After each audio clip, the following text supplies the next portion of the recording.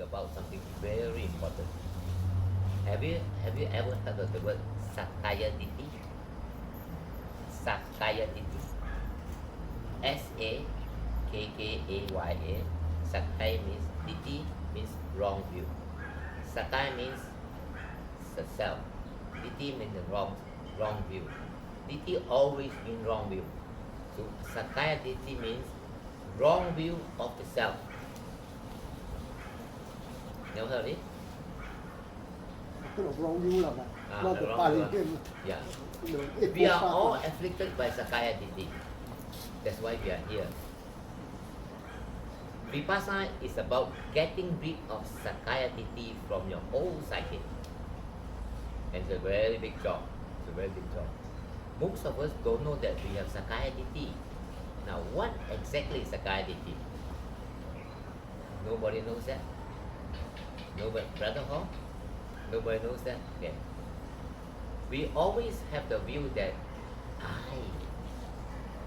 the I is very important. Wa, wo.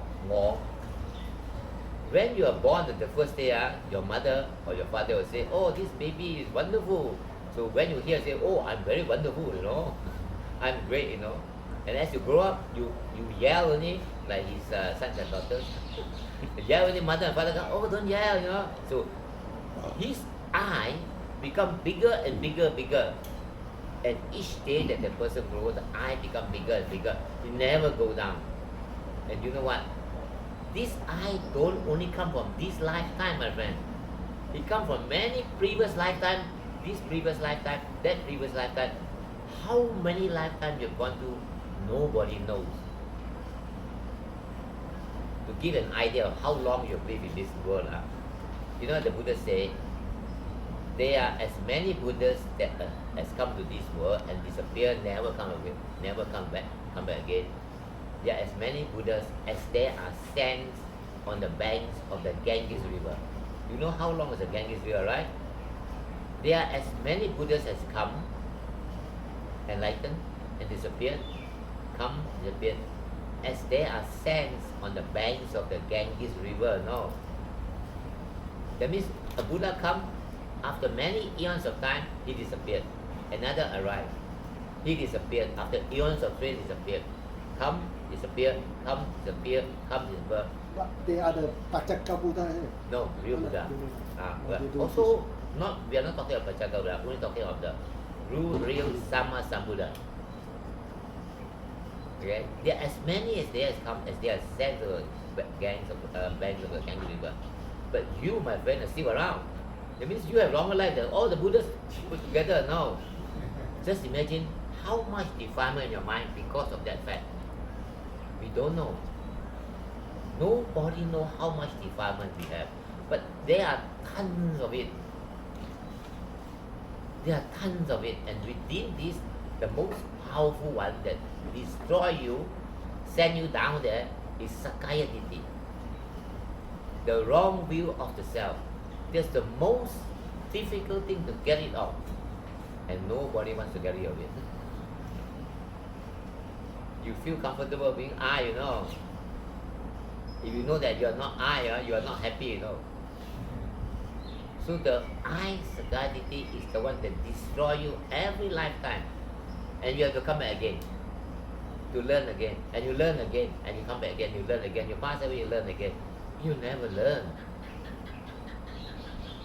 You never learn. None of us ever learn.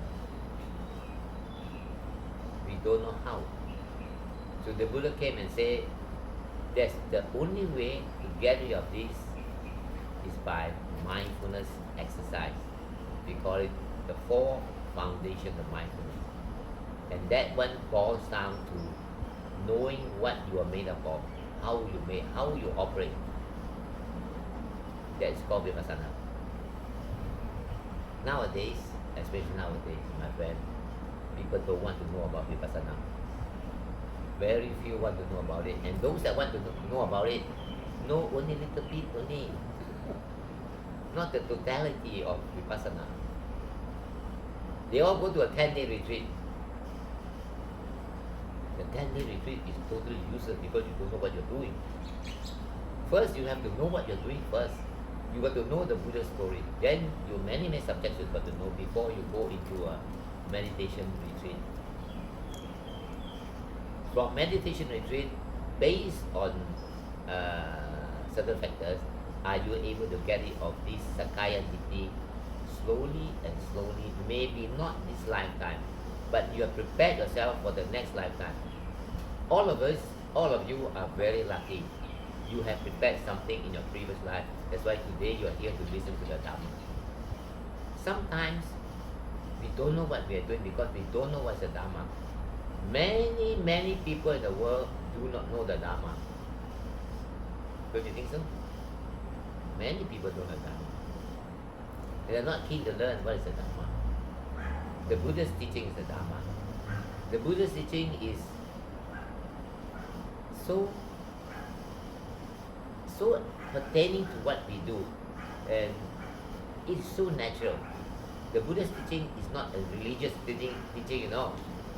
It's not a religious teaching. It's something to do with your lifestyle, what you do for yourself. Do for yourself. You cannot do it for other people. Neither can other people do it for you. You have to do this yourself. Oh, our more friends coming.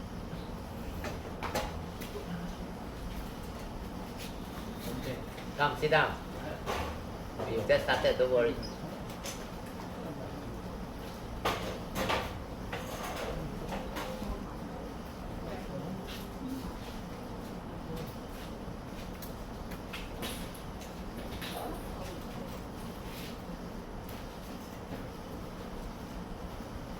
To be able to look after your parents, the most meritorious deed in the world. The Buddha said, even if you carry your mother, but yes. Bhante, before you proceed, what is the difference between the anatta that we are talking about, the non-self, and the one that's now that you mentioned? Sakkaya Ditthi. It ties in together. Okay. I will explain to you. Very good question. Very good question. Okay. Because exactly where I'm going. Sakkaya Ditthi and anatta is the same thing, only in a different direction. Very good question. Very good understanding. So the Buddha said, if you were to carry your father and mother on the basket, on the shoulder for the rest of the life, you cannot pay back to your mother what she's done for you. Dr. Leong, you're a very good girl. Your mother seems quite better nowadays. Huh? The mother is better. Okay. It's very wonderful to look after your parents. We are talking about Sakkaya Ditthi, the wrong view of the self. And the wrong view of the self is what we carry with us throughout the whole life.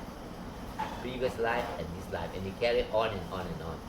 We think that we are somebody, built up by the fact of our previous life tendencies and the present life that our parents teach us that we are somebody great. Why? Because I want to give you education, you get a good job, ma. So when you get a good job, you can have a better life, ma. You are very important, you know. To the baby or the girl or the son, I am very important, you know, to my parents. And then throughout life, I'm very important to my friends. I'm very important to everybody else. I love this, I don't love this, I do this, I don't do that, I don't like you, I like you. The I is so powerful. Nobody realizes that that thing is the one that is causing you a lot of suffering. My friend, the I, Sakkaya Ditthi. Sakkaya Ditthi, Sakkaya Ditthi. The wrong view of the self. We think we have a self, but in reality, when you do Vipassana, you will realize, you experience that non-self nature of yourself, anatta. Anatta means no self, non-self. There's no self in anatta. Okay, coming to that, to answer your question. We believe we have the concept that we are a material part. We are material. No one can blame you, no? You're full of meat and flesh and bones and things, right? But if you go into Vipassana, you realize that what you have is just some characteristics of something we call the element. The elements that make up this body of yours, actually this body is something different again. No? as we go Vipassana, you will experience what I talked to you today. And those experiences are very important, because once you have the experience of what I told you, you are going to rise above from this mundane world into a supra-mundane world. Okay. We believe the concept that we are made up these 4 elements: earth, water, heat, and air. Okay, we always believe that we are there. So earth is solid, water is solid, yeah. Wind is solid, fire is solid, air is solid. But no, they are not solid. We are not looking at the element per se. When we do meditation, we are looking at the characteristic of these 4 elements. Now, what is the characteristic of earth? We always make the mistake that we must look at earth. We are made of earth, The Christian says, dust thou art, to dust you return. That means you are earth, you go back to earth. But that's not the case. We are looking at something called hard and soft. Hard and soft. Now you're sitting down there, you're feeling soft now, but as you sit longer, you feel hard, because your weight is sitting on that. And when you feel hard, there's also heat coming up from that. If you move up, there's also coolness coming from that. So hard and soft is the characteristics of the earth element. When we do meditation, we look at these characteristics of the earth element, not the earth element. You must understand that. The second one is the water element, right? Conception of water element is water that is mixing around, but we are not looking at the water per se. We are looking at the characteristic of the water element. What does water do? Any idea? What does water do? Motion. It's in fluidity. What else? What else? Change the state. Change of state. You can be right, because water changes the state of, let's say, powder. Right? When you put water into some flour, it hardens up. It becomes a cake. You bought it, yeah, if you make it. That could be one thing. But what I'm trying to say is, water has the characteristics of putting things together. You can call it change of state, it's still okay, because from the nothing you come to a state of solidify, okay? So the characteristic of water is cohesiveness.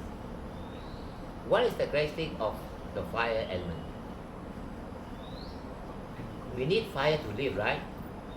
We need the fire in our body to cook our food inside, If we don't have the fire of the body, we cannot digest the food. So fire element is giving you life. So life and heat is the fire element's characteristic. So what is the characteristic of the wind element?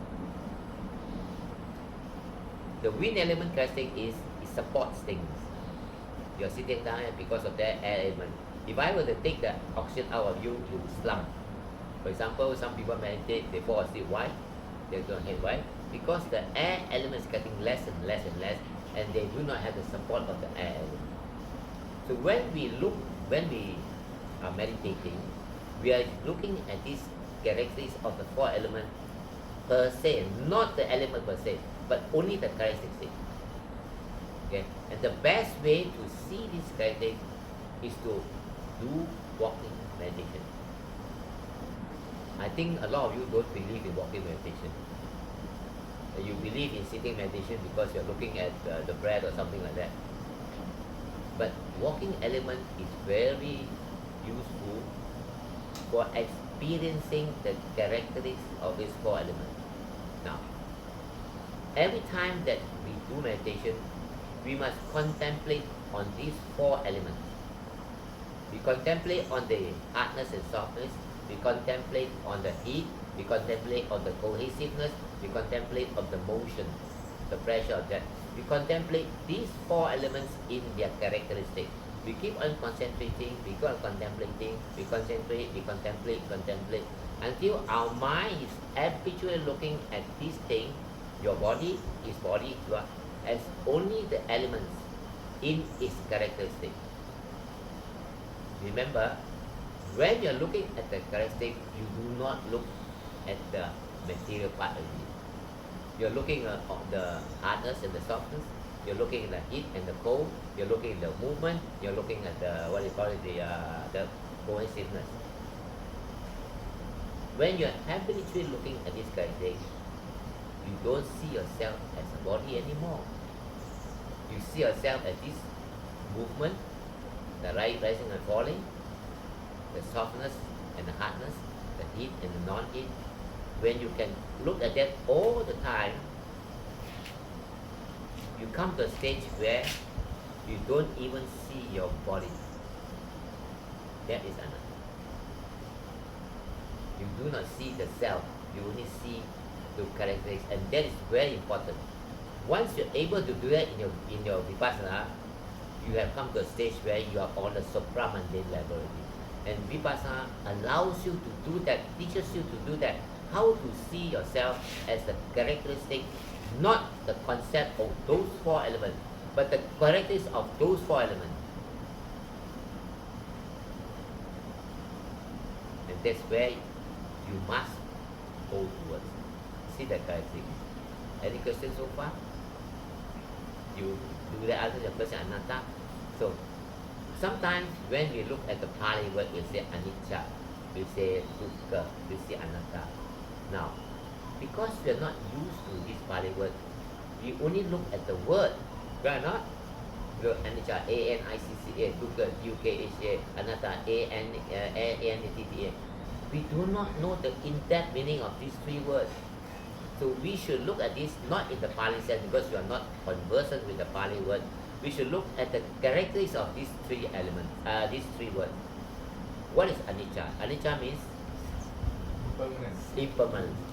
How would you see impermanence in the meditation? Before I go on, I will let you know something. In fact, the English word meditation is not quite right to describe the Buddha's word for this. The Buddha's word for this is bhavana. Bhavana means development of the mind. Not so much as the English word meditation means you close your eyes and you come to a state of peace. No. Some said mental cultivation. Good. Also same. Mental cultivation is good. That's the correct statement for bhavana. So actually you are doing bhavana, you are not doing meditation. Meditation is coming from, the Americans will tell you a lot of things about meditation. They write books about it. But the true word is bhavana in the Buddhist, in the Pali word. Bhavana means mental cultivation or mental development. Mental development means you develop the mind to a stage where you see all these things, you experience it. Vipassana allows you to experience the Buddha's teaching, the truth of the Buddha's teaching. There's no doubt about it. When you do Vipassana, there's no doubt about you that things are not permanent. Why? Okay, you sit down there and do meditation, bhavana, and you close your eye or you walk up and down. So when you close your eye and watch, you must use one point to develop the concentration, right? So sometimes people use the breath. Usually it's the breath. Sometimes the Burmese teaches us to use the stomach rising and falling. Both are the same. What you are at the moment of watching that is, you are developing a type of concentration different from samatha concentration. We do not want samatha concentration. You know there are two forms of mind development, right? One is samatha, one is vipassana. Samatha was already practiced even before the Buddha came into this world. There was only samatha, there was no vipassana. It was only the Buddha in Bodh Gaya, in the Uruvela forest under the Bodhi tree, did he discover vipassana. So only the Buddha knew about vipassana. Nobody else in India knew about vipassana. Vipassana means looking within us to find out what we are. So when we look within us, we see all these things. We observe them, we experience them. So when we sit down there and meditate or bhavana, when we walk, we do bhavana. Let's take for example sitting down. It's down there. In my case, I do rising and falling because I follow the Mahasi method. Okay, it's exactly the same. You wash your breath. Okay, I'll describe the stomach first. If you want to ask question of breath, please do so. We wash the stomach, rising and falling, rising and falling. When the thought arises, we observe the thought for 1 second. We think to ourselves, thinking, and we bring our mind back to this point here and watch it rising and falling, rising and falling. Whereas the pain in the neck, in the knee, we observe the pain for a while. We don't do anything about it. We don't describe it. We don't like it or don't like it. We say pain. Then we come back to the stomach, rising, falling, rising, falling. When the itch, we don't scratch it. We look at the itch for a while and say itching. Then we come back to rising and falling, rising and falling. A thought rises, thinking, rising, then come back, rising, falling, rising. Everything that happens within the eye door, the nose door, the tongue door, the ear door, the skin door, and the mind door. We observe, we don't do anything about it. We note it as it is, and we come back to rising and falling, rising and falling. That means you are now disciplining your mind to only look at the stomach rising and falling, rising and falling. Anything happen is not your business. You must have mindfulness to look at this. Rising, falling, and the rising and falling, pain, come back. When you do this often enough, you realize that the pain comes and goes. The itch comes and goes. The next itch is a different itch. The next pain is a different, it's not the same pain. The next thought is a different thought, it's not the same thought. Everything that comes again is a different one. Then it comes to your mind that everything that rises within the 6 sense doors are impermanent. They do not last. So you come to the conclusion that everything that rises in this world is changing. There's no stability in it. You come to understand the state of impermanence. You come to realize the state of impermanence because you yourself found out that everything is changing, correct or not? So here lies the experience of anicca. You get the picture? So anicca is a state where you realize yourself by yourself without people telling you, because I can tell you anicca impermanent. You don't understand what it is until you yourself experience it. Then you cannot forget it, because this kind of knowledge is insight knowledge. You don't only remember it, it goes into your karma energy. It's there all the time for you because you experience it. Nobody tell you, not even the Buddha tell you. The Buddha will tell you how to do it, but you yourself experience the insight knowledge. This is called knowledge. So when you experience this insight knowledge, you also come to realize at the same time, when you realize this impermanence, that this thing don't last. It's unsatisfactory. I want to have a state of calm, but it doesn't come. It comes and goes, comes and goes. I like to have thought, no, it goes and comes and goes. This pain comes and goes. So this state of unsatisfactoriness is called dukkha. In the Pali word is dukkha. So you already experience the impermanence of everything rising, and this thing that arises and stops doesn't give you any pleasure, you know. So in that sense, it's dukkha. Now, having realized these two characteristics of your existence, the third one will come by itself.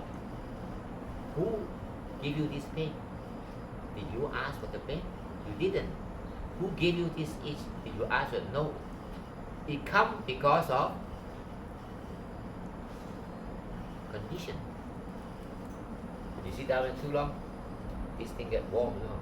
The leg get pain, no. You feel itchy, no. It comes because of condition, not because you want it. The pain comes because of condition. The thought rises because of condition, not because of you. That means you now realize that everything happened is impermanent, you are suffering, and because of condition it rises, not because of you. So you understand the nature of non-self now. There's no self, right? combined with the fact that you are made up of these four elements, the characteristics, you truly understand, you truly have realized the nature of anicca, dukkha, and anatta. You yourself realize it. Because you practice vipassana, all this will come to you in its full state. Sometimes people take 1 week, sometimes 1 month, sometimes 1 year, depending on how diligent you practice vipassana. So these are the things that will come happen to you when you practice vipassana. Any questions so far? How does this tie in with the Mahayana concept of emptiness? Okay, exactly the same. Exactly. I will now say something, okay? Don't get offended, Don't get offended. Mahayana's training is something quite different. At some stage, I will try to explain to you the sixth council. Ever heard of the sixth council? Never heard of sixth council? Okay.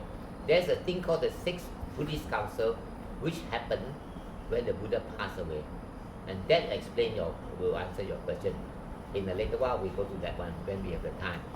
That's a very quick question. We answer that. And you need to know that.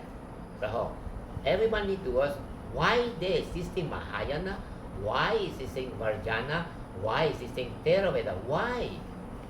What did the Buddha split into 3 things? Why? You need to know that. Okay? When we do Vipassana, we need to know all this knowledge first before we know how to do Vipassana properly. People just enter Vipassana without knowing, so get fed up, no. If you understand the concept, the reality of Vipassana, then you'll be able to understand why you must diligently, actively practice Vipassana. The word is Yoniso Manasikara. Ever heard that word? Yoniso Manasikara is a Pali word meaning proper attention. Yoniso Manasikara is proper attention to what you are doing. Mindfulness, my friend. Yoniso Manasikara is a form of mindfulness. The basic thing about Vipassana, you must be mindful. You must be aware of everything that happened to you at that moment is happening. Not right before, not right after. Right after is gone. Right before it may not happen. But at the moment it's happening, you must be aware of what is happening. At the moment it's happening. That's mindfulness. That's Yoniso Manasikara. Proper attention, proper concentration on what you're doing. That's Vipassana. Many people don't do it that way. That's why they cannot progress. Another thing about Vipassana is everybody wants to do Vipassana, they're looking for result. If you do it proper, the result will come its own sweet time. Knowledge will come because you are doing properly. If you do not do properly, the knowledge won't arise. If you force it, that means you have your mind defiled by craving. You know that, you know it, that's craving. But if you do it systematically by what the Buddha told us, then the knowledge will arise by itself. When it arises by itself, that is correct knowledge. That's supramundane knowledge. That's inside knowledge that arises. It has to be done systematically with patience. Patience is very important. Patience needs to nibbana. The Mahasi Sadhu said. Question? You must have some question. Actually, when it comes to all this bhavana, you say meditation. What is the duration of? Is there a so-called ideal sitting or? You know, there's a crux of the problem. Yeah. It also depends on the previous life tendency. Some people meditate until their full life, they cannot get anything because their previous life tendency, they have not done anything to promote their self in this lifetime. By the same token, if you do not do something now, your next lifetime is going to be unprofitable. To be profitable now, you have to do it now. Even though you don't have anything, you must have the patience to do it. You must have full faith in the Buddha's teaching. Coming to that. If you do not have the full faith to do it, you lose interest. And you cannot achieve anything. Even though you don't achieve anything in this lifetime and you understand the Dhamma, your next life will be a better life. Now a lot of people don't have better life because in the previous life they do not practice well. All of you practice well. I'm very sure of that, or else you wouldn't sitting here listen to me. All of you had the interest, or else you won't be able to sit and listen to me. Hey, not nice to sit down in your on a hard chair for 1 hour, no, listen to the fellow, no. Don't know if correct or not, the fellow talking nonsense. But because you have the interest, the urge to know something, and that is already good enough. If you practice with that diligence, knowledge, your result will come. Do not ask for it. You know, what is the result? Okay, I explain the result to you. You practice correctly, okay, and everything that I say from the Buddha, not from me, comes to right. You understand anicca, you understand, you experience dukkha, you experience non-self. Who do you thank? Who are you happy with? The Buddha, not me. I only convey his word to you. So when you know this, the Buddha is a great guy, you know. He teaches now, I do it, I know about anicca, dukkha, anatta. So you have faith in Buddha. And when you have faith in Buddha, what you do? You work harder, right? You exert more in the practice. When you exert more, what you do? Your concentration is better. Your knowledge grows. Your wisdom grows. And then you have advanced in another state.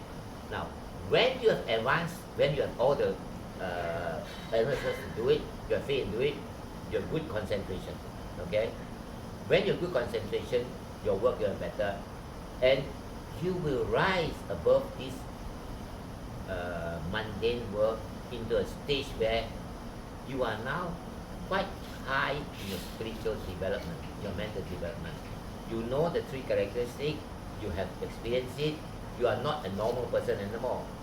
If you practice some more, you know that meditation, mental bhavana is the one that you go through.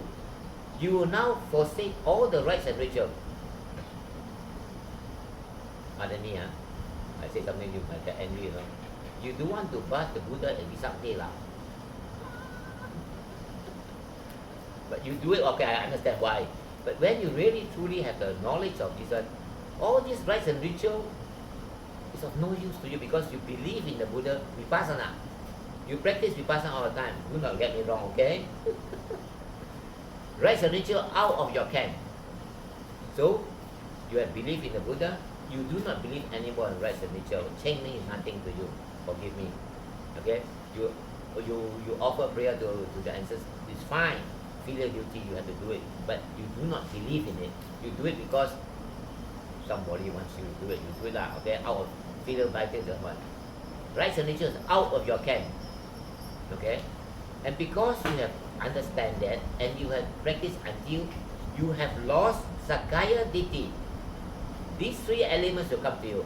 You have full faith in the Buddha, you do not believe in right ritual, you have lost Sakkaya Ditthi.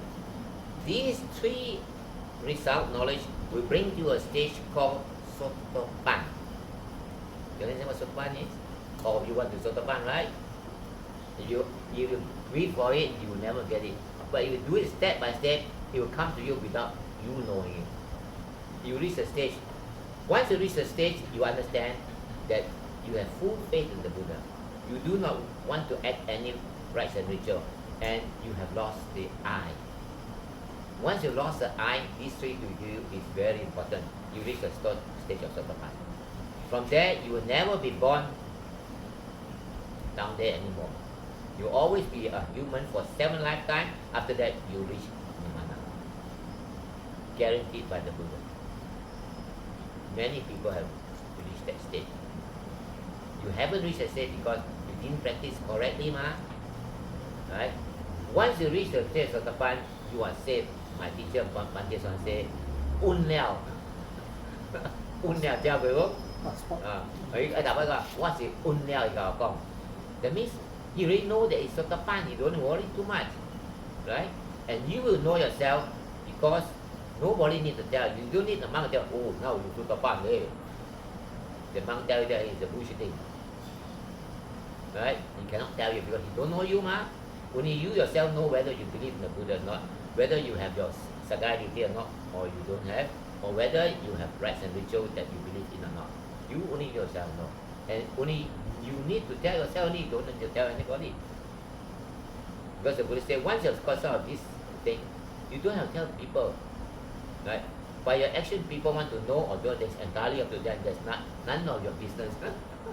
You couldn't bother whether things I'm a sotapan or not sotapan. You none of your business, none of your business, right? Not as long I know that. Bhante so what's the owner of the cow leo? 你講緊咩事？你話大字話唔知話大字嘛？對唔對？啊。So these three things will reach your stage of how soon or how late you reach it is due to your previous life tendency. Don't forget your previous life tendency is very important. If you do not have this kind of thing, if you do not have a Dhamma, your previous life tendency will block you from getting any further in the Dhamma.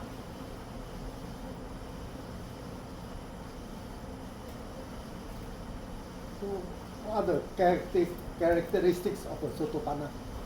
I don't know. You tell me. You tell me. How to recognize all this? You probably don't recognize him. I don't know. Then I can't tell you.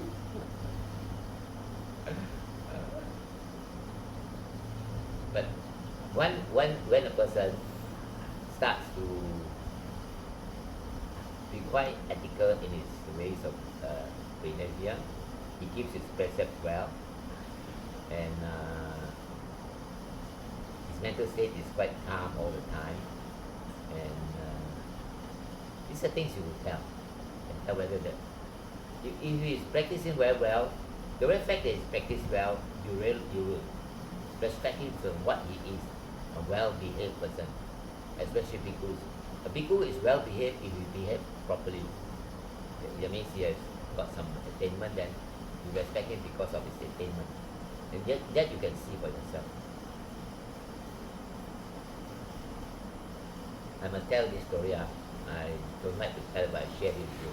One day I was just watching a bhikkhu teaching somebody how to do walking meditation. Okay? And this lady asked the bhikkhu, Ajahn, do I put my leg like this or do I put like this? I put like this, like that. And the Ajahn was looking at her and said, I think it's like this, no? He said, no, I think it's like this, no? He also don't know, no? Whether to put like this or like this, no? In my heart, I was laughing myself to death as well. Even that part you don't understand. How are you going to teach people how to do it? How to do meditation? So do not think that all the bhikkhus know these things, you know. Bhikkhus nowadays, pardon me again, I must say, I know many bhikkhus in my life since the day I become a bhikkhu myself, even before that. The bhikkhuhood nowadays has gone down the drain. Let me inform you this. Okay? So bhikkhus are not being trusted unless he can prove himself to you. You don't simply believe any bhikkhu because he is in distress. Right? Many people see this say, wow, hormat like mad or he bhikkhu, no. So what? Does he behave well or not? Right? If he doesn't behave well, he's just somebody in robe only. Maybe he's not in proper robe some more. You don't know whether it's really ordained or not now. So he just put in the robe, you think, wow, he's bhikkhu there. Hey, cannot scold him now. So be very careful now in this. The Dhamma is dying. It's dying very fast. Most people, most bhikkhus now, go on to tell you something, they have another different motive for that. Okay? And a lot of people nowadays, listen to Dhamma of different objective too. You don't have the correct objective to listen to Dhamma. It's very interesting. Tomorrow you forget already. You must listen and you must be able to practice because all of you are quite elderly lah. Okay? Young people we don't care lah because they have their own way. But you are now at the stage where if you don't practice correctly, where are you going in your next life? You have the tendency to now listen to Dhamma already. You have the tendency. That means you have previous life good tendency already. You must capitalize on that and do the vipassana correctly. That doesn't need you to go down to a 10-day retreat every time. You know, people think I must go for a 10-day retreat. First, you must have the knowledge first of the subject, and then you must practice after some good instruction. You can practice yourself first. No need to go to you go to a retreat, you go to your own retreat, that's okay. You don't have to go to a group retreat, no. No necessary to do that. You just sit in your own house. I mean, all of you are quite okay financially, and your children are all grown up. They have their own house, your own house. And you just sit in your house and do a meditation, your mental development. Follow the instructions strictly. Find a good instruction and follow it strictly. And practice your sila. You must keep your sila, either 5, 8 or 10. Keeping sila is very important, because if you don't keep your sila well, you tend to have a very sort of called guilty mind. Once you have a guilty mind, you cannot practice correctly. Your mind must be purely full, and you must know that you get your sila well. Only can you have a pure mind to sit down and practice. And walking meditation is very important.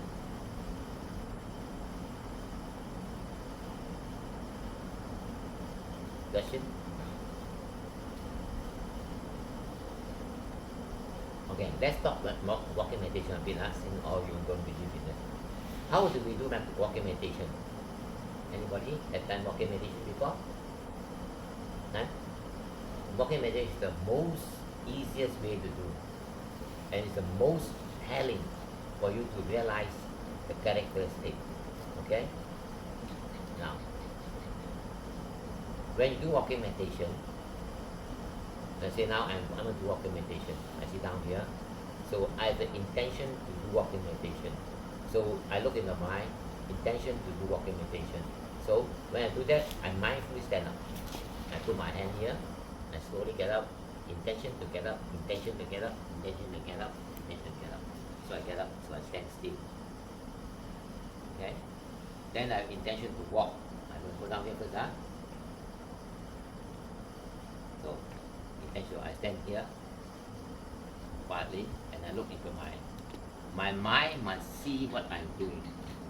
My mind must see what this body is doing. The mind must see what this body is doing. Remember that I repeated 3 times already. The mind must see what the body is doing. You cannot just think about it. The mind must see what the body is doing. When you have the intention to do something, something happens. Now, there's something within your heart that's called the heart base. Ever heard of that? Okay. The heart base in Pali is known as Hadaya Watu. Hadaya Watu. Battu. Next time I forgot, okay? Then the heart base is a fantastic thing. It's like your computer chip. The computer is very large compared to Hadaya Watu. The harbor is so small you cannot see it, but its power is like lightning. The power of the Hadaya Watu is like lightning. When your intention to walk, you know what happened? That turn on the switch to go to the heart. When you have the intention to walk, it will go down there. And that little thing in the heart, deep in the heart, called the heart base, Hadaya Watu, will start to act. It's like the lightning, a zam like that, And when it goes zam like that, all the blood will go to the little capillaries and go to the part that wants to move. It's that powerful. As a doctor, you know that for the capillary to work, the capillary is very small, right? For the capillary to walk, to lift the leg, you need a lot of power there. It's supplied by the heart base. So I repeat again. When you have an intention to walk, it will trigger off the heart base. Wham! It's like lightning, like thunder, zam like that. You know how I know this? I tell you. 7 years ago, I went for a heart operation. The doctor says I must change my valve, the main valve. Avata valve, right? No, change. So before that, they took what do you call it? Sound. What do you call the sound? Sound what? Ultrasound. Ultrasound, yes, right. Echogram. Ultrasound. So when I took my ultrasound, The sound like that, you know. Yeah. Yeah. Yeah. Until you notice it. So after they changed my 1 week later, they took an ultrasound. You know how my heart sound? Zing zong, zing zong, zing zong, like that, you know. I'm not joking, you know. I asked her, what's that big noise? Your heart lah. Oh, ha, ha. So powerful, you know.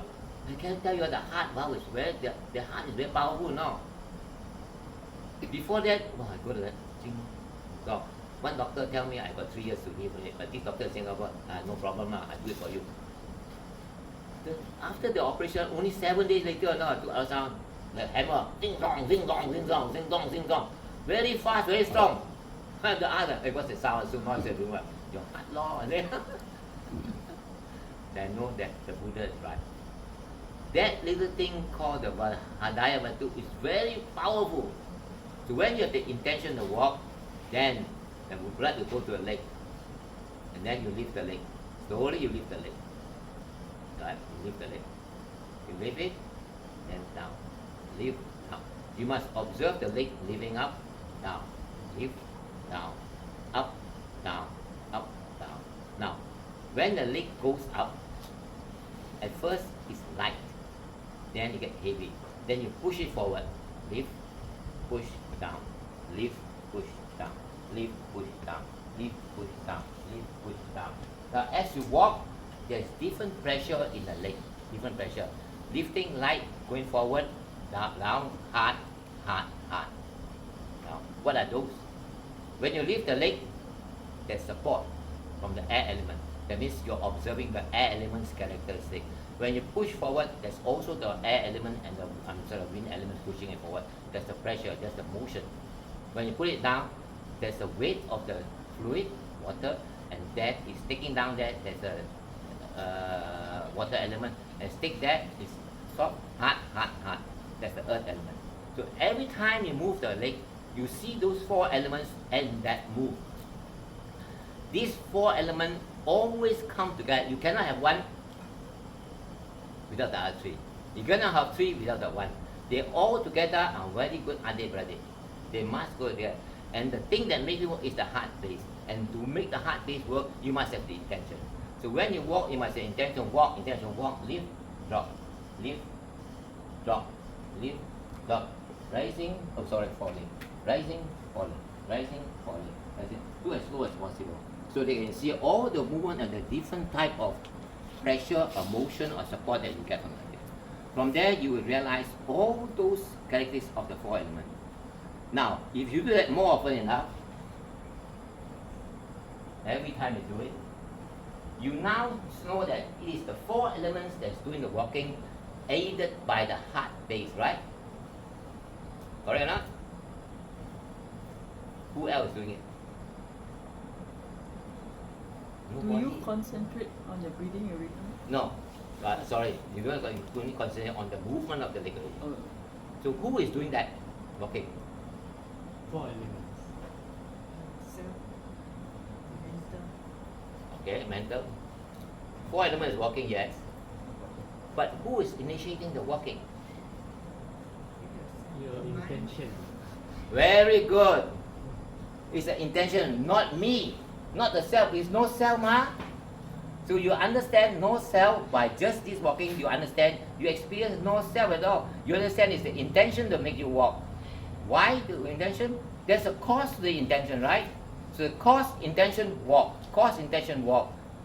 Aided by the heart element. So there's no self there. Calm, emptiness. There's nothing there. Only the intention, walk. Intention, walk. Intention, walk. That's all. It's the intention that makes you walk. And the intention is what?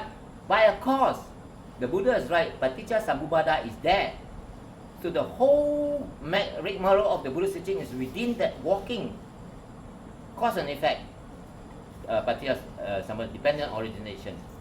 Intention, heart base, element. All the Buddha's teaching is in that walk. Isn't it great?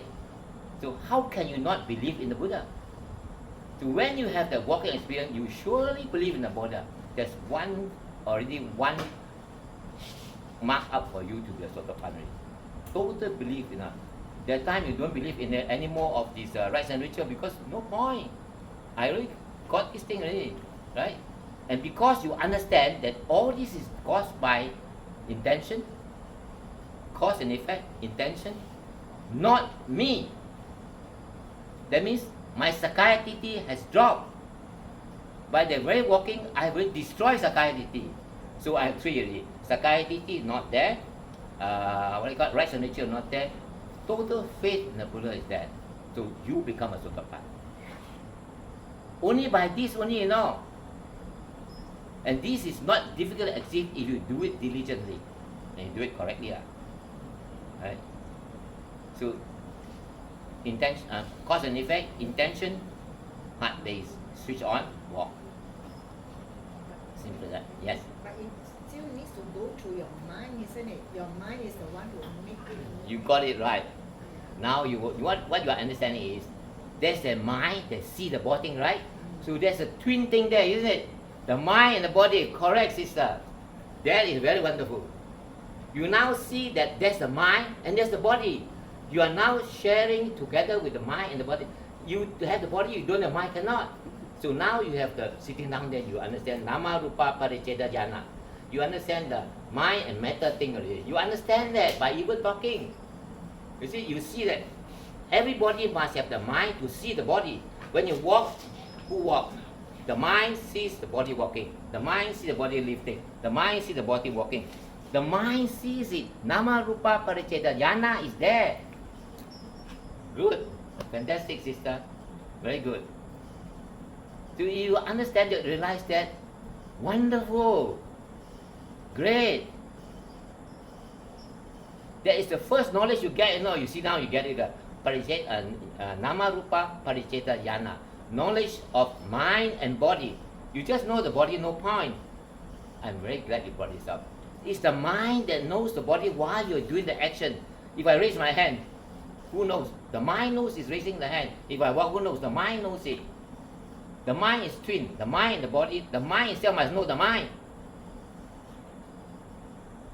The mind itself must know the mind. The mind must know that this mind is thinking. So always this twin thing must happen to you. Nama Rupa Paricheda Jnana is the first knowledge. You sit down there, you got it already. Congratulations, sister. Seriously. A lot of people don't get this. Very good.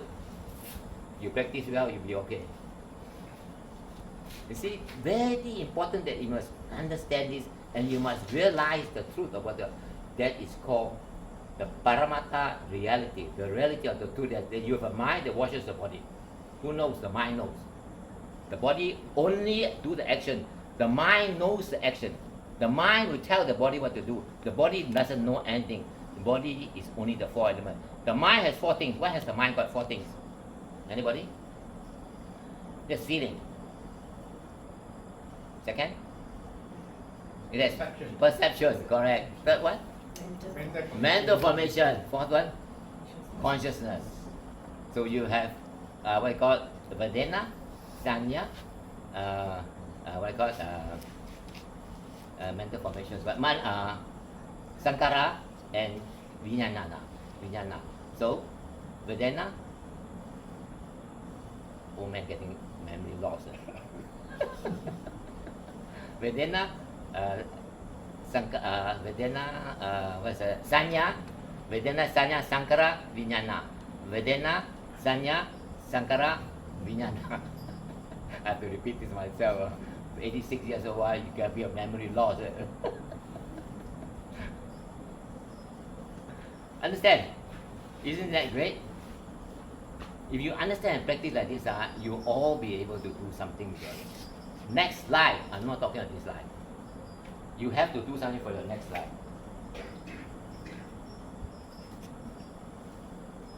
Very good. Wonderful.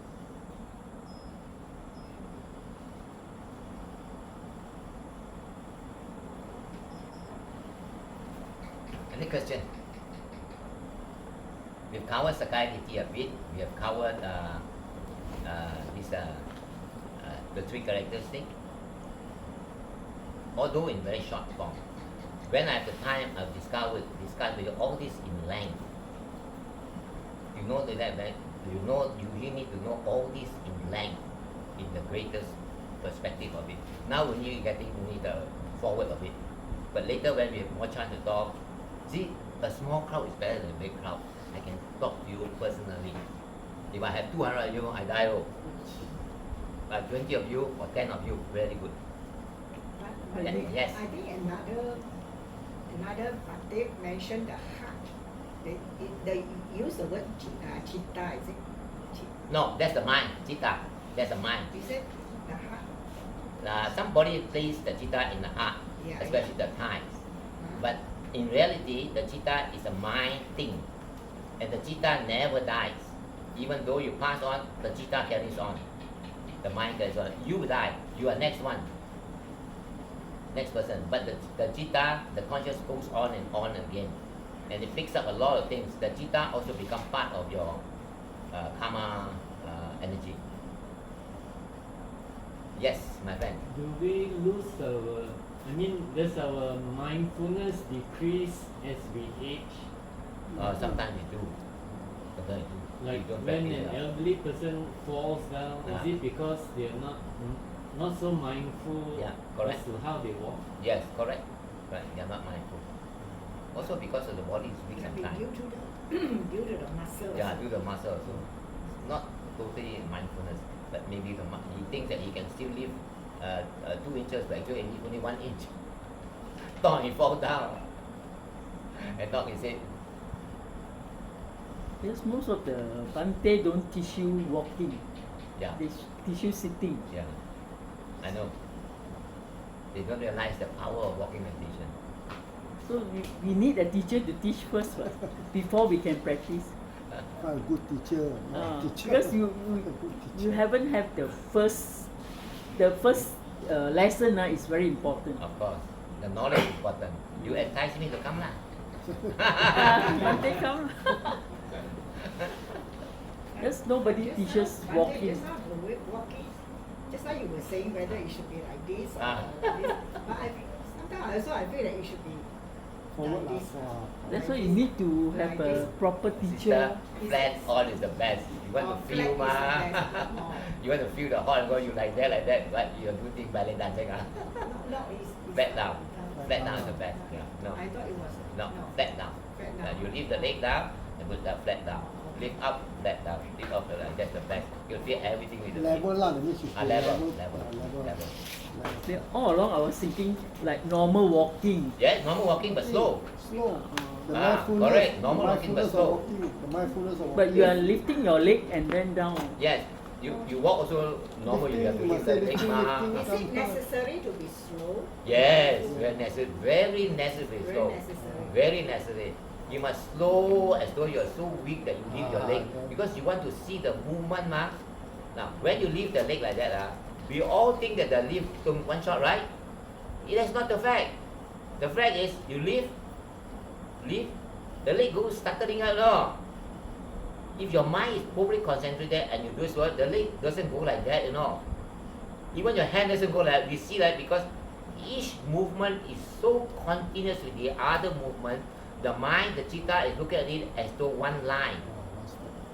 If there's a line of black ants here, you see all black ants one line, right? We go nearer what? The different black ants, all different. The same thing when you walk, you think that doing like that is one walk. But one walk, if you were to take a photograph of it, there might be 10 stages. If you take a better graph, maybe 100 stages, maybe 1,000 stages.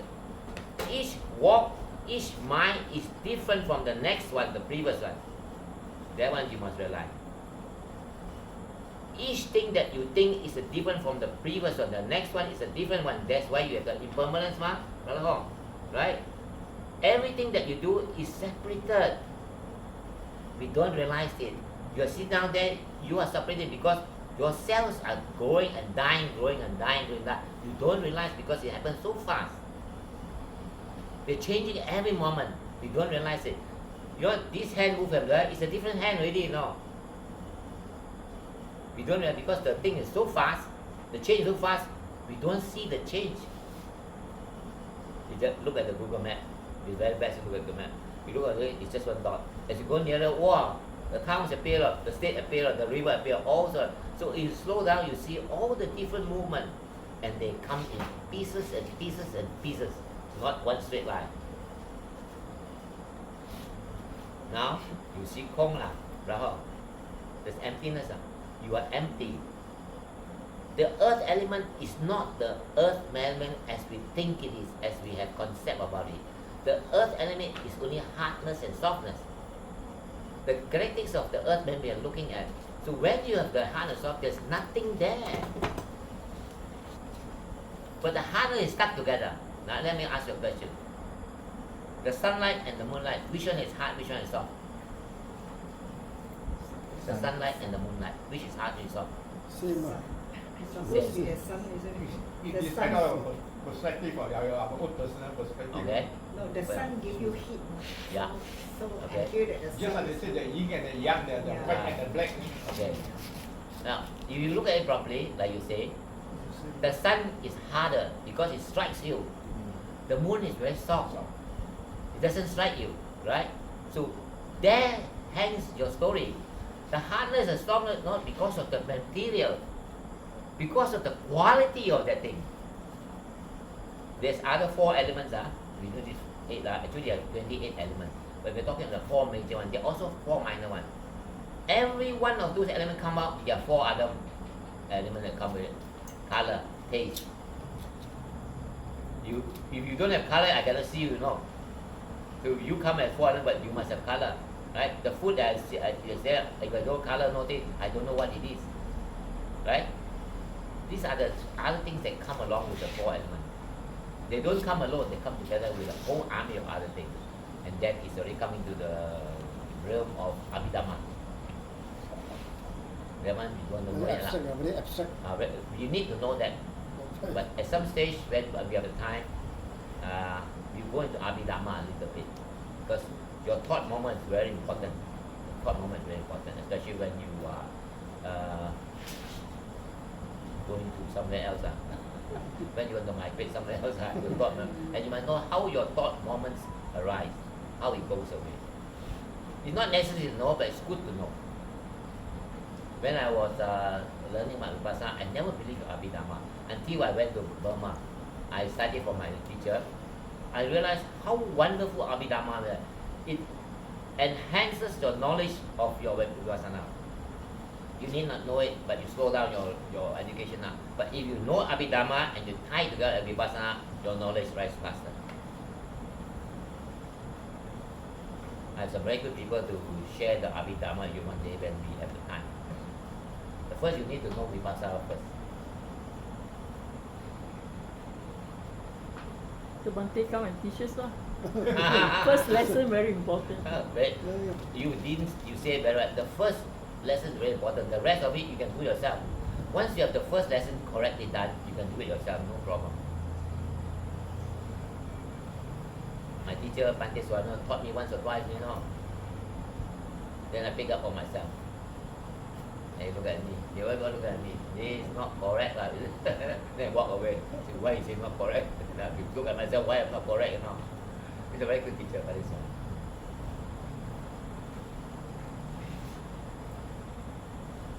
Question? Bhante, I'm just wondering, everybody's so curious about the walking Okay. meditation. Okay. Why don't we just follow you for maybe just 10 minutes? Why not? Since there are not many of Yeah, we why can not? just- Why not? We did it last time anyway. We did last time. Okay, you want to do that? Let's do it like this way, okay? You put yourself in a line, okay? First, let me explain to you first. And then you walk about 20 paces, then you stop. But every walk that every step that you rise, you must see how it rises, how it falls down, how it rises. First of all, you have intention to come up, you walk, and then you walk to the side. When you stop, the intention to stop, then you turn, intention to stop. Always the intention must come. Always it must come. Without the intention, your heart base don't work. There's a switch. That it work. That it work. You try that, fine. But okay, Do you have to go barefooted? No, no. can also. Wear your shoe also can. Entirely up to you. Entirely up to you. Then you don't concentrate on your breathing anymore. No, only on your on, walking. on the walking. But the movement itself, You not can the say leg. leg rising, leg falling. Leg rising and falling. rising, falling. And then once in a while you must observe your your whole mental strength, your body, your mind must see your body, see whether you're balanced or not, and you balance there, and you slow down, you balance observing the mind. You must also know that the mind is observing the body all the time. You must also see this dual thing, the mind observing the body. The body work, the mind knows. The body work, the mind knows. You must understand that. You must see it properly before you can really know how it is. You must see that, and you have done it. Very good. You can either walk with or without shoe. I have to walk with shoe because the bottom of my leg getting worn out, too much use already. So it touches the bone, I have to wear slippers all the time. And they're quite thick also. The meat has gone. Okay, you want to try? Okay, let's try. And then we correct you. Move the chair a bit, we can walk this way. Maybe just Yeah. When I want to walk, it's okay. I was thinking no need to move the chair maybe. Okay, yeah. In the line, yeah, very good.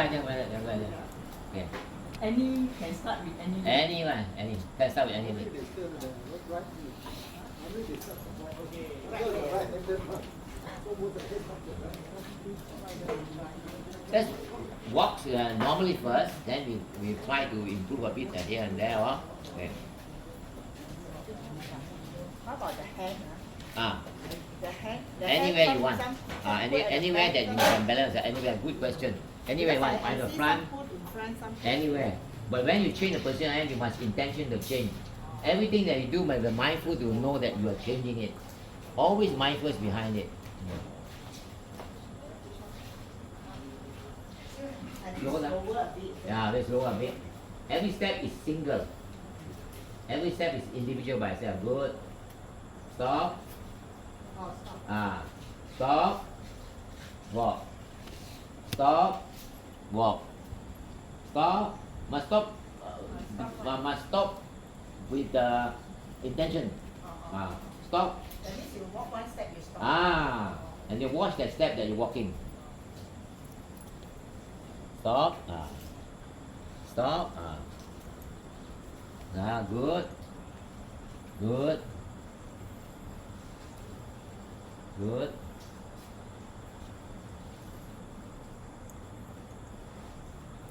So you want to put the heel down first, right? Like the monk said. Flat down much better, my friend.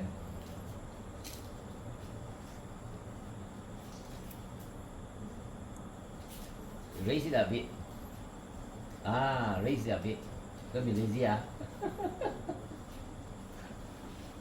Raise a bit, yeah. Raise, drop. Stop, raise, drop. Very good.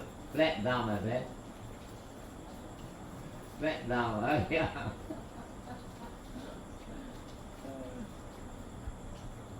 Good. You are good.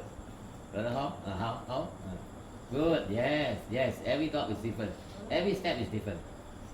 Good, sister. Good. Yeah, raise it. Down, stop. Raise, drop, stop. Raise, drop, stop. Raise, drop, stop. Every stop is different. Every step is a single step. Yeah. Every step is individual. Very good, my friend. That's right. Yeah, good. Good. A bit smaller step. Half a step is better. Good.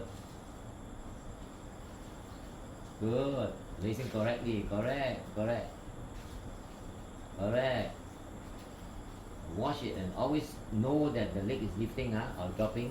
Lifting, dropping. Lifting, dropping.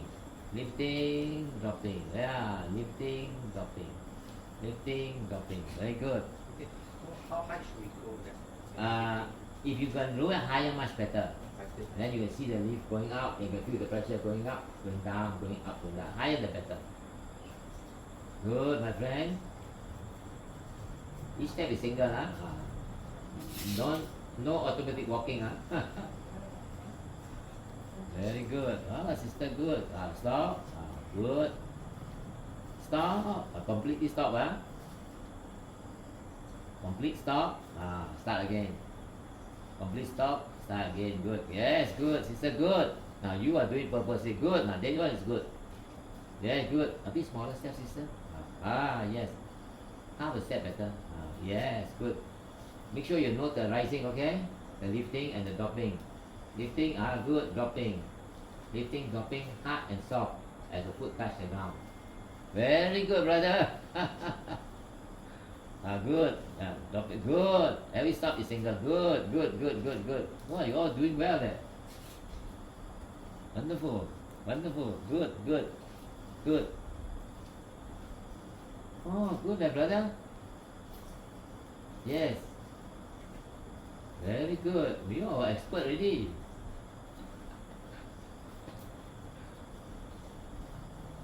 Very good. Every step is single, individual. You're well balanced very well then. Good. See, the more you walk, the more you like it. See the lifting and the dropping, the lifting and dropping, the movement of the leg pushing forward. Observe all those. Now you don't observe so much, but later you will. After more practice, you will. The pushing forward, yeah. The leg pushing forward, yes, good. Yeah. Good. Wonderful. Yes, sister, very good. Very good. Step by step, Smaller step, sister. Smaller. Half the step better. Easy. Yes. Then you balance well. Half the step is good. Good. A bit smaller too. A bit smaller. Smaller step. Yes, that's correct. Yeah. More balance like that.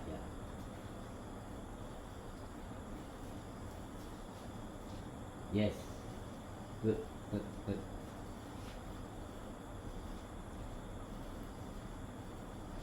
Bhante, I'm just wondering whether it's like a hydraulic.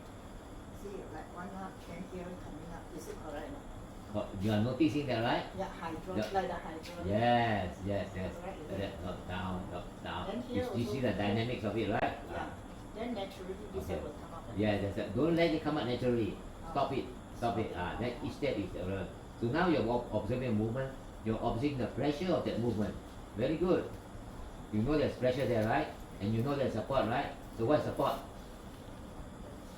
What is support? What's the basic of support? Air element. Air element. Okay. And the earth also, isn't it? Yeah, harder is the earth element. Should we close our eye or? If you can close your eye, then you can observe better. Oh, auntie, you good leh. Well, your mother also walk leh. Very good. But you better than our body. You got 3 days to walk.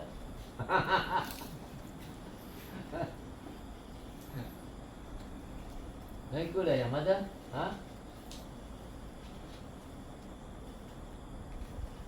Well done, auntie. Well done. See, game. Well done, auntie. Good. Blood set up to nhau.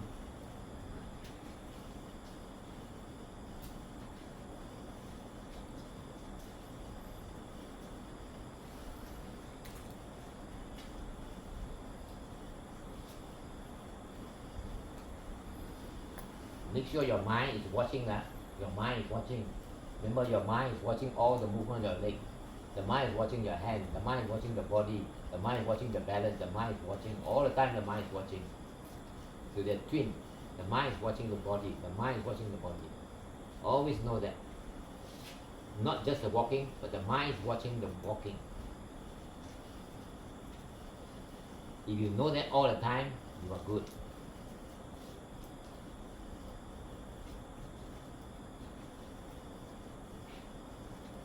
Did you walk? Did you mindfully?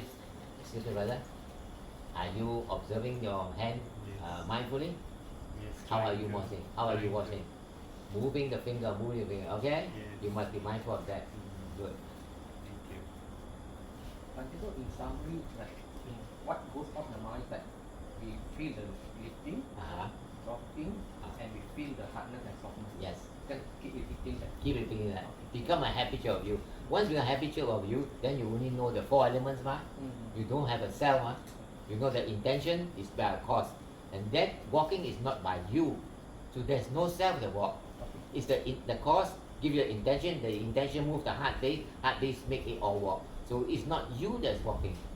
It's the heart base that's doing the walking because the intention move the switch on. The intention comes because there's a cause. You must go backward, forward, all this one. That's called contemplation.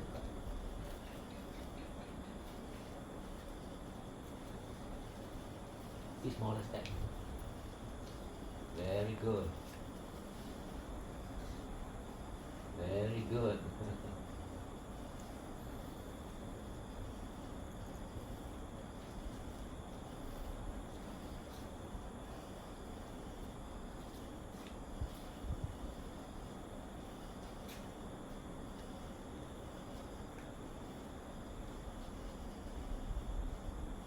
You feel the pressure on your hand?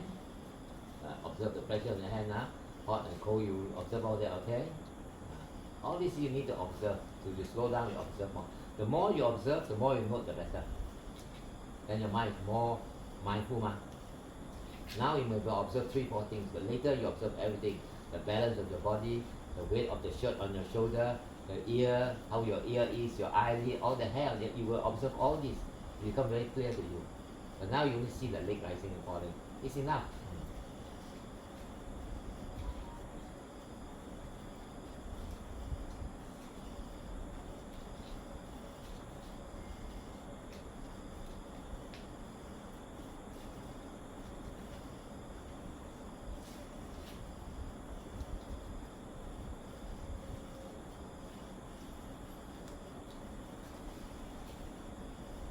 Always remember, it's the mind watching the body.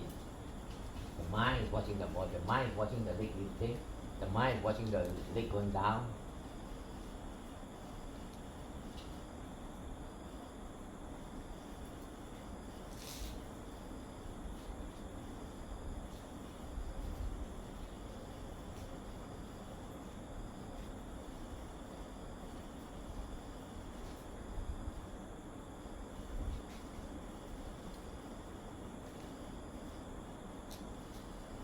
The balance is good, The balance is very good,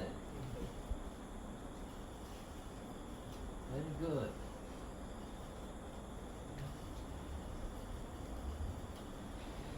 The mind is watching the leg, moving, going down, pressure going up, motion going forward. Yes, very good.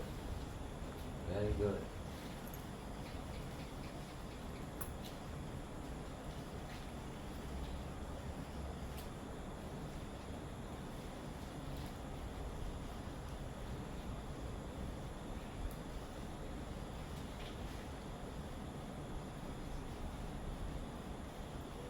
Okay, final round, sit down. We discuss this.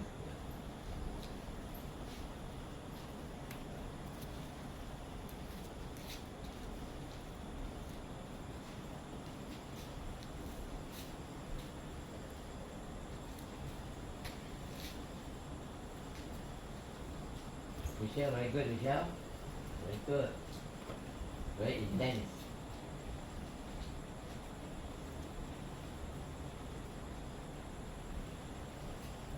That's right, slow and steady. The mind watching the leg. The mind watching the leg moving up, placing down. Moving up, placing down. Hardness, softness. Hard, soft. As you put down, hard. As you leave up the other one, soft. Okay, good. Sit down. Sit down now. Sit down now. Feels so nice. Is it? People sometimes when they walk properly, they feel very good. They want to keep on walking. It's a very good experience.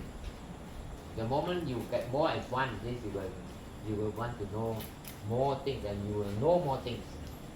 You'll be more mindful of even your hair is moving, your mind too. You come to the stage. How is it? Okay? You keep on doing that. Mind watching the body. The mind watching the body. Very important. The mind watch the body. Question, Michelle? Any question? Okay, huh?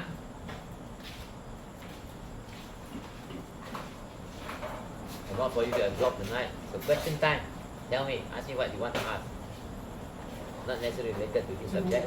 See, as I walk, Yeah. I could feel the tightness on the five Very fingers. good. And then I still get some sensation, the Very vibrating good. sensation. Yeah, your mindfulness is very strong there.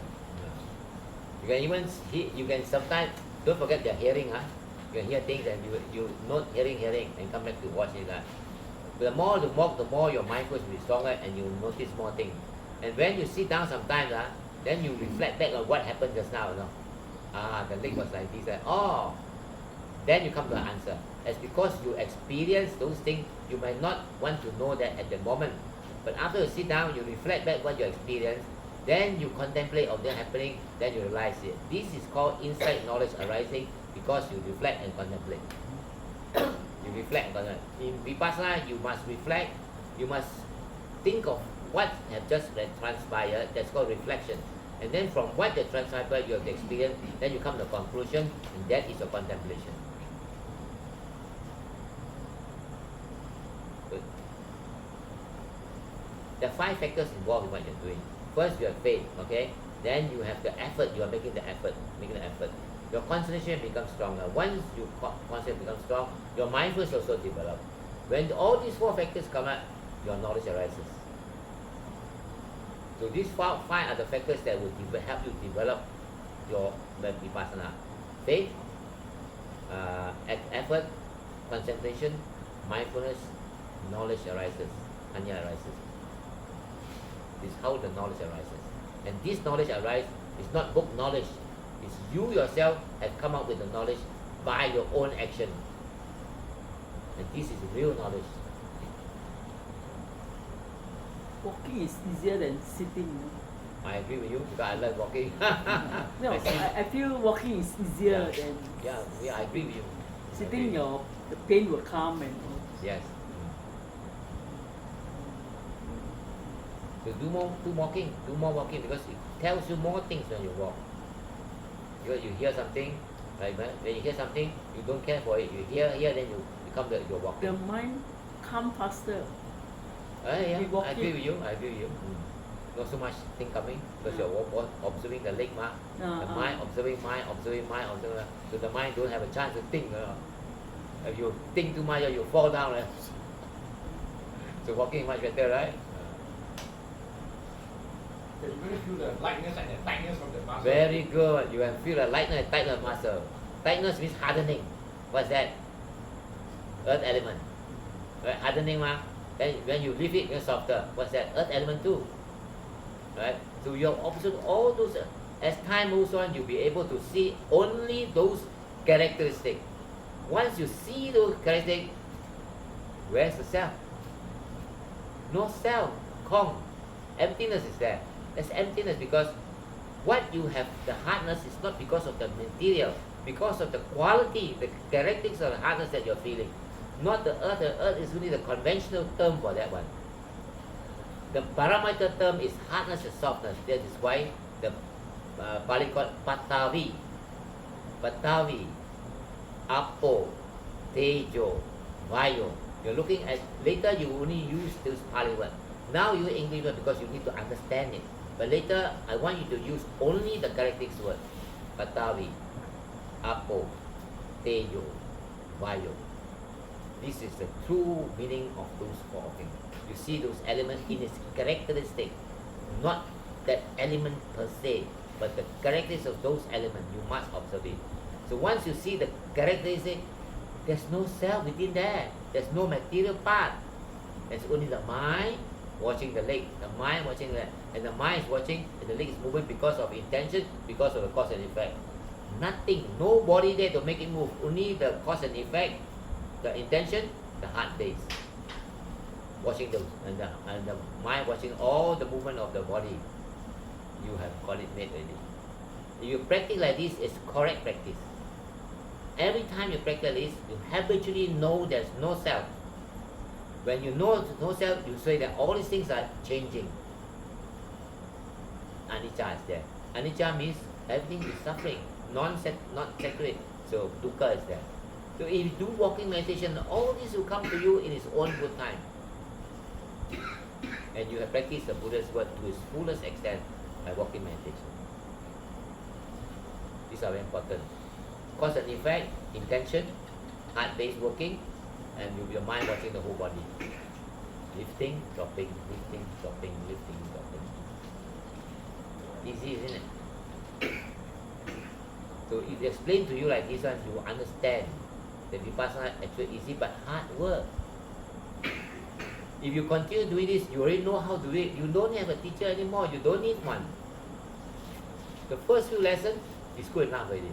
If you follow those first few lessons all the time, exactly that, there's no change. See, the Buddha's time till now, no change.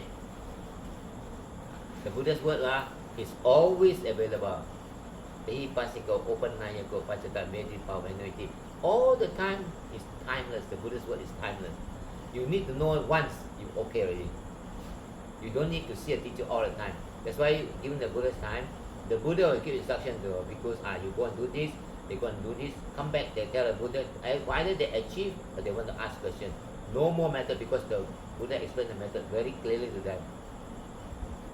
All you need to know the method and you practice. You come back to ask the Buddha question something else and then he will explain to you, okay, you already reached the stage of what you want to reach already. Without you striving or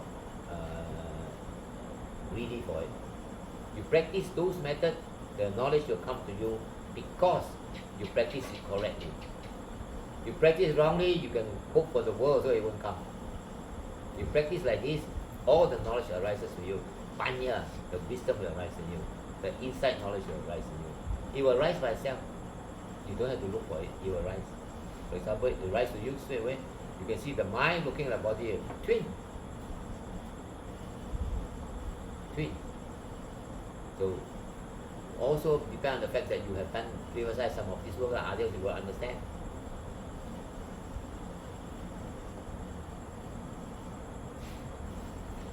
Question? Clear, isn't it?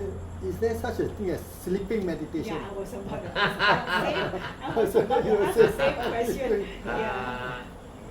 I won't say sleeping, lying down meditation. Lying down. That's why the lying Buddha, actually they say it's lying down, but Yeah. it's in meditation. Yeah, it's A lot of meditation. people say sleeping Buddha is not Especially sleeping. when we are about to rest, sometimes yeah. we want to do. So what meditation will lying you do if you are lying down? What meditation will you do? Also, feel the body on Okay, what meditation? What form of meditation is that? Oh, Should Have be you the heard of breathing, metta breathing, meditation? breathing. Metta meditation? You do metta, Metta. right? That one will show you again. The metta means you That's all you think of. you May I do have something? you make May I be aspiration. well and May I be well and happy. May I be free from danger. May I be free from blah blah blah. You mention all those things, and then you also mention again. also radiate to Now in family. metta, you have to absorb it first. The whole world is full of metta. Only you don't know it.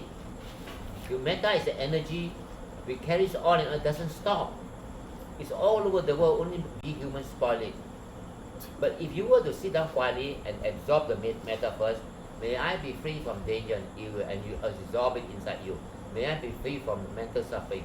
May I be free from physical suffering. May I be able to look after myself and be well and happy always. When you do that, you absorb inside. Breathe inside, out. Breathe in inside. May I be free from danger and ill will. May I be free from mental suffering. May I be free from physical suffering. May I be able to look after myself well and happy. All these you repeat. This is called an aspiration. Understand? It's not a chant. It's an aspiration that because of what I'm doing, may I be free from danger. What danger? The sky fall on you. The danger is you do not know the Dhamma. You must be free from the danger of not knowing the Dhamma. You must know the Dhamma. You must know Dhamma before you can do all these things. The Dhamma is the Buddha's teaching. If you do not know the Buddha's teaching, how can you do it? You are doing because other people say good and that's a wrong view. You must yourself know what the Buddha teaches you before you can make the assertion, may I be free from danger and ill will. The danger is I do not know the Dhamma. Ill will means I don't want to be evil towards other people. Neither I do want other people to be evil towards me. I do want to have malice towards other people. Neither do I have other people have malice against me. So you absorb all those radiating energy because after you've done that, you radiate outside. When you radiate the metta don't stop there, It goes on, Metta is energy, physics, that energy doesn't die. It continues on and on, until the same metta will radiate up, will come back to you, and you absorb it again. You get strong as well. The aura of metta around you. There's an aura of metta around you. And when you have that aura of metta around you, you have 11 protection, remember? you sleep well, you have not bad dream, you don't have bad dream. All beings love you. Arrows and bows cannot kill you, poison cannot kill you. Those 11 benefits will come to you because you practice metta correctly.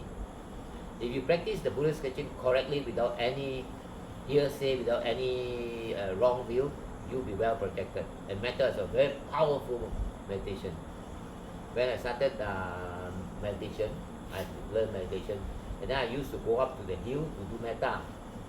I live in a place where there are a lot of oil palm estate. I used to sit on top here and do metta for the whole evening, no? 6 o'clock I do until midnight. I sit down there, metta. I do metta all the time. It becomes so beautiful in metta. You feel very calm after metta.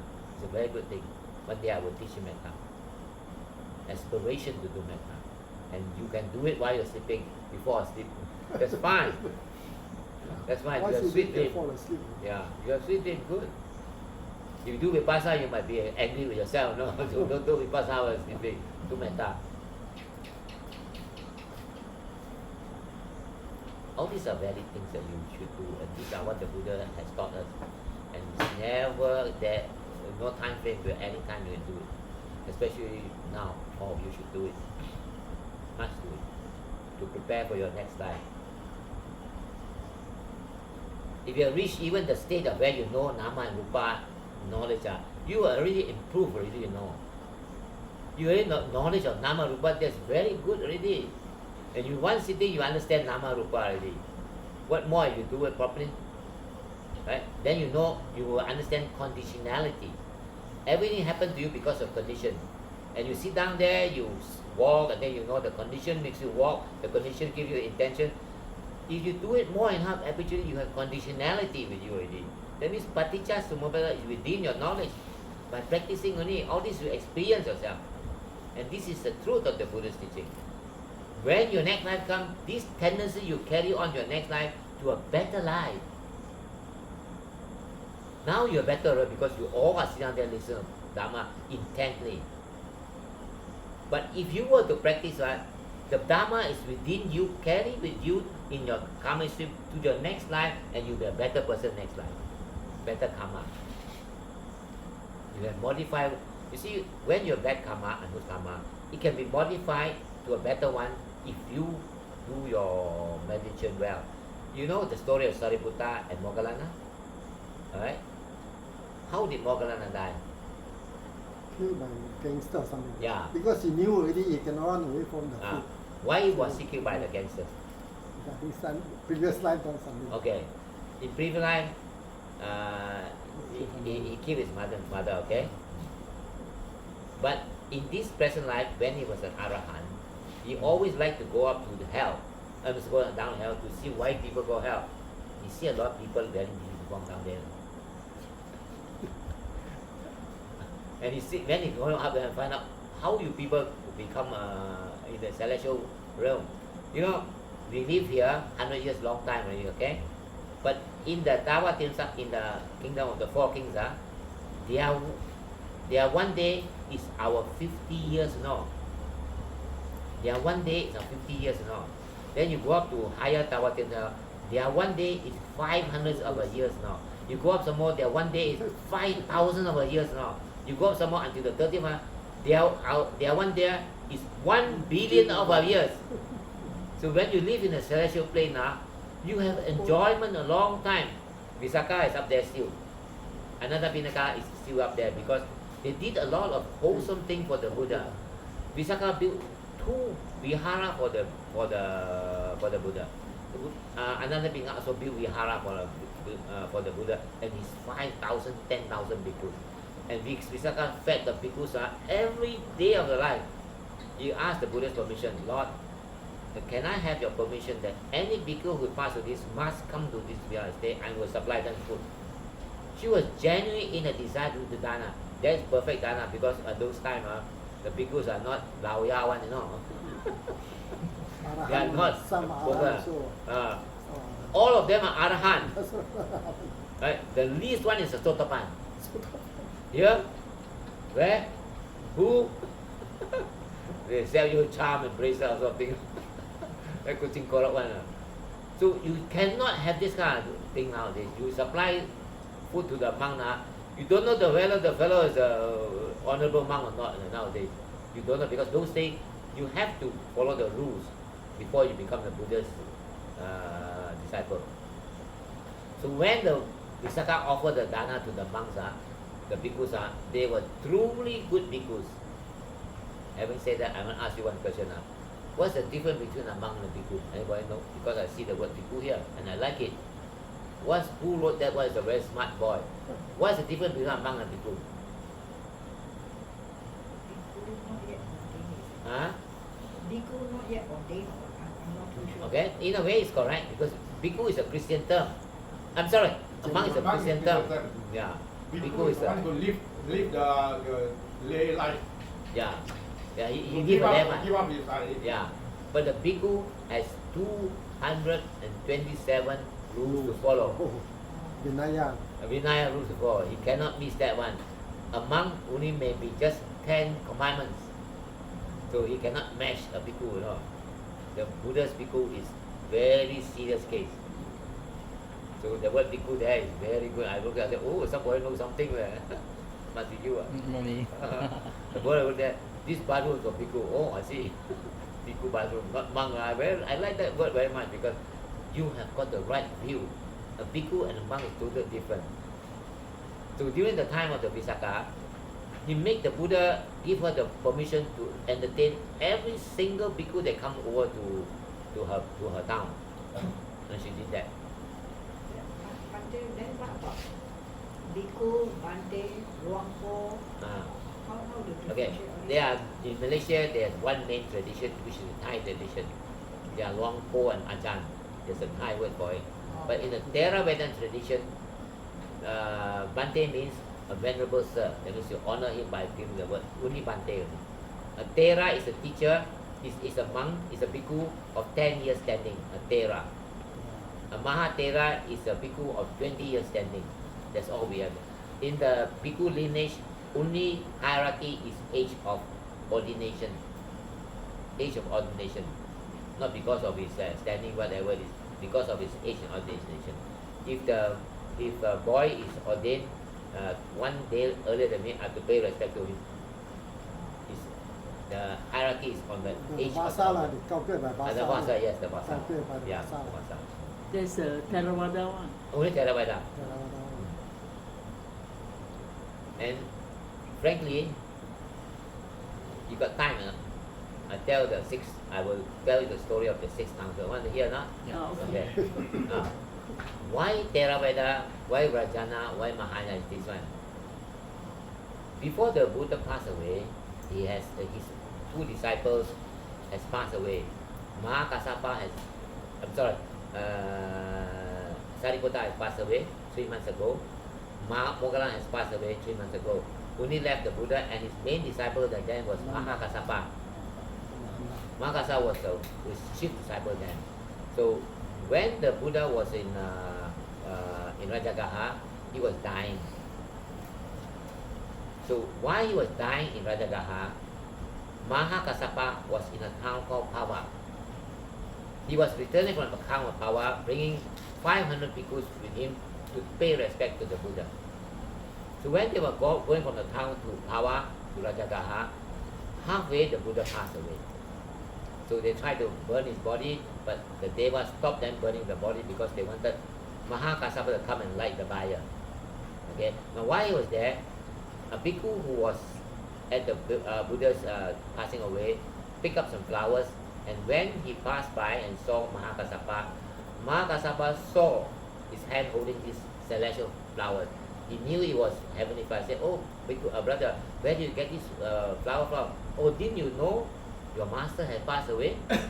So while he was traveling with 500 bhikkhus, this other faith monk tell them that the Buddha has passed away. Now, along with Mahakassapa was 500 bhikkhus. All of them were different standings. Some were Arahant, some were new trainees, some were just old people who were very disgruntled with the Buddha because you have to follow so many rules. So when some of these heard this, the young people would cry, say, "Oh, yo, we have no chance to see the Buddha." They were very weeping because they wanted to see the Buddha. The Arahants kept quiet because they knew they have to pass away. But some of the older bhikkhus who didn't like the rules said, "Ayo, the old man passed away, you don't cry lah. Better we don't have to follow so many rules, man, friend." So okay, Mahakas kept it in mind. So when he went back to Rajagaha, when the Devas saw that it was here, they lighted the fire of the Buddha and cremated the body. Now, that's the part where Mahakasapa thought. After the Buddha passed away, 3 months later, he said to himself, "Now, we have to do something about this Buddha's teaching. Because if we don't do something about it, it will be lost." There are people like that old bhikkhu who say that, "Why worry, man? The Buddha passed away, they don't have to follow the rules. We do what we like." He was afraid of that. That was the result of the first council. So then Mahakasa called all the 499 Arahant. He also called Ananda. Ananda was not an Arahant yet. There's a story there, I'm going to tell the story. So he called for her and he asked King Ajatasattu to sponsor the whole council. It was held in, where is this town? Where is this town? Vasali, I think. No, not Vasali. Where was I forgot already. Too old man, memory lost already. So they held it in King Ajatasattu. Now, King Ajatasattu killed his father, remember? He killed his father, Bimbisara. Bimbisara was a Sotapan. So he knew that he's going to go to hell. So he was very sad. He approached the Buddha one time and asked the Buddha for advice. The Buddha knew that he was asking advice, but the Buddha didn't see anything. So when it come to a time when the Buddha passed away and Mahakasapa wanted to hold the first council, he asked King Ajatasattu to sponsor this whole council of it. And they held it in a cave in India at the time. So this first council, 500 Arahants attended. Now, what they did in this first council was, they asked Upali to repeat all the rules that the Buddha made. At that time, there were only 152 rules, not 227. Later only they added 75 more. So Upali remembered all because Upali has a very fantastic knowledge of everything every rule that the Buddha made, the Upali knew about it. So he repeated all the rules that the Buddha made. Rule number 1 like this, rule number 2 like this, until all the 152 were repeated. Then all the other Arahants who knew it, some were with the Buddha, some were not. So some of them with the Buddha and Upali said yes, they confirmed that this is the rules made by the Buddha, 152 rules. So all of them recited these rules. The first rule is like this, the second rule repeated. Those days they don't have books, So these are the people who are known as Theras. They are Theras. So the Theras repeated all this so that they are able to memorize it and go back and teach their disciples. So the disciples also learn by reputation reciting this. So that's how chanting come about. It's a recitation. Recitation means you just repeat those words without adding music to it. No, the recitation. Chanting is different. The chanting nowadays are totally not what the Buddha wanted it to be. Okay?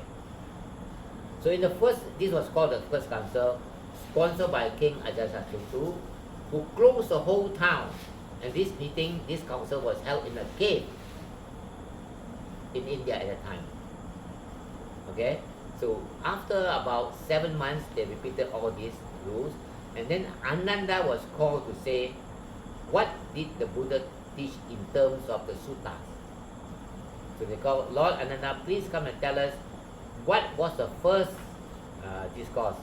So Ananda said, okay, Evam me suttam ekam samayam bhagava chittavana blah blah blah, all said done. He repeated that. He then said, thus have I heard from the Lord. And this is what it said at the Jettamani monastery in the town of blah blah blah blah. And just say. So every sutta has this evam me suttam. Evam me suttam. That means it is Ananda repeating what the Buddha said. Thus have I heard from the Lord. Evam me suttam ekam smayam bhagava. That means thus I heard at one time the Lord say this. So all those things were repeated by Ananda, all the things that the Buddha taught was repeated by Ananda. Now, how did Ananda know this? Now, Ananda has been with the Buddha many lifetimes. At this lifetime, he was born as a cousin to the Buddha. They were 1 hour difference in birth, no? Ananda was a younger brother. So, he was the cousin. He was the son of Supa Buddha and the father of Ananda. Whereas Gautama was the son of, what's the name of the father? Buddha's father? Sakkaya, don't know. Yeah, something like, I forgot his name, old man, I'm getting back. Anyway, so they were cousins. So Ananda has one special thing. He had perfect photographic memory. He remembered everything. How do you remember? Now, the Buddha only asked Ananda to be his kapiya after 20 years of the Buddha's teaching of the Dhamma. So when at that time, the Buddha was about 45, but 65 years old. They say, now I need a attendant to follow me to do all these things. So he said, which one of you will be my attendant? Actually, he wanted Ananda. So this one of the Ananda said, I be your said, he kept quiet. They don't want that. The next one kept quiet. Then they knew that what he wanted. Because they're all Arahant. Ananda, you ask, you go and be his attendant. The Buddha wants you. The Ananda kept quiet. Hey, what be your then I said, I will be if the Buddha allow me 8 conditions, I will be his kapiya. He asked the Buddha to allow him for 8 conditions now. First, whatever the Buddha has taught 20 years ago, he must tell me now everything. Tough guy, bro. And every time they go out without me, he must come back and tell me what he taught. So that means all the 20 years prior to him being an attendant, and after that, everything Ananda knew and he put it in his memory. That means all the suttas he remember or not. He's got that kind of memory. So at that time when Mahakapa said, okay, Ananda, what did Buddha say? What was the first discourse? Anybody knows the first discourse? The sanat. They give the first one, the sanat. But the wheel one, isn't it? The wheel one. What is the first discourse called? I don't know what's the Chaka something. You're supposed to be Buddhist, huh? You're supposed to be Buddhist, huh? Oh, you are? Dhamma Cakkappavattana Sutta. Please. You're supposed to be Buddhist, huh? Hello. Dhamma Cakkappavattana Sutta. This is the first discourse. The turning of the wheel. The wheel one. And who were the people who listened to the first discourse? The first 500 we started. The five. The 5, okay. The Who five else? studies. Who else? Who else? Who else listened to the first discourse? The devas. Very good. When the Buddha announced the 5 ascetics that he wanted to talk to them about what he has discovered, the whole universe knew about it. So all the devas and Brahmas, in the whole 31 places came down to listen. And that was held in the evening when the sun was setting and the moon was rising. So the night was still, dusk was still bright, and the animals were listening, the devas, the Brahmas were all listening. There were billions of Mahabrahmas listening. The whole universe was listening. The whole 31 places were listening to him. Humans only 5. There were the 5 holy men within 5. So these Ananda told this story to them. First, second, third, fourth, fifth, all he told. So all this now, at that time was spoken like words. At one time it was written, I tell you when it was written down. So when it was written down, this was separated into 5 Nikayas. Nikayas is connected. What was the first discourse called? Now, what was the first book of the discourse called? It's the long discourses. Each discourses has about 40 pages foolscap paper. It's called the long discourse. What is it called in Pali? Nikaya. Digga Nikaya. Nikaya. You people, I think a hammer hit your head. Can You're remember supposed to- something like that. It's called Digga Nikaya. Digga means long. Digga Nikaya. The long discourses. And there are only how many discourses in the long discourses? 34. All this you must put in memory one day. 34. The second set of discourses is called the Majjhima Nikaya. Majjhima means middle length. The middle length has 20 pages. You're all very interested in reading. You should all read them one of these days. And there are 3 books of these discourses out of it, and there are only 152 discourses in the Majjhima Nikaya. 50, 50, 52. 152 discourses. This is the Majjhima, middle length. The third one is Samyutta Nikaya. Samyutta means connected in subject. Meditation, Bhavana, Devasa, all these are connected in subject. This Samyutta Nikaya has got 9,972 discourses, all short one. You always try to remember this. And the fourth set of Nikaya is, what is that? Anguttara Nikaya. And it's got 7,000 some odd numbers. And all of them are short only, sometimes only 2 sentences. And the fifth book is called the Khuddaka Nikaya. The Khuddaka Nikaya has got 18 books, among which is Dhammapada, the Jataka tales, Paticcasamuppada, and a few others. Some of them were not the Buddha's teaching. Some of them were by the disciples, the Arahant's teaching.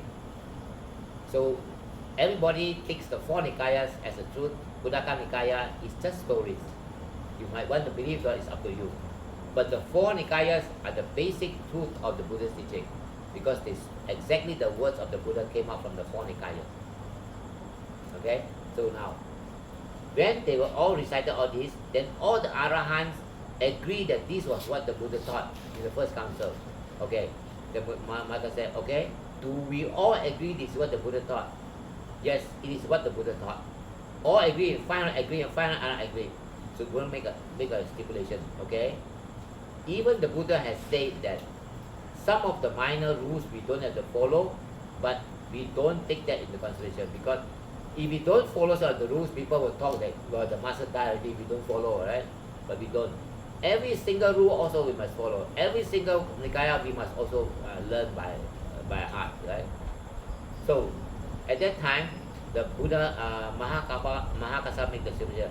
Everything that's said today in this council cannot be changed, cannot be added on, cannot be subjected. That was the condition of the first council.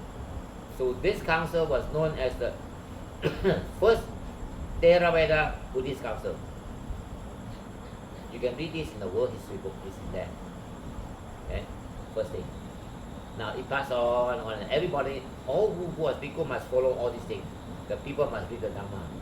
Then it came to a stage 100 years later, at a town called Vasali, on the Silk Road to China in India back. There was a town called Vasali. Now I must tell you this thing.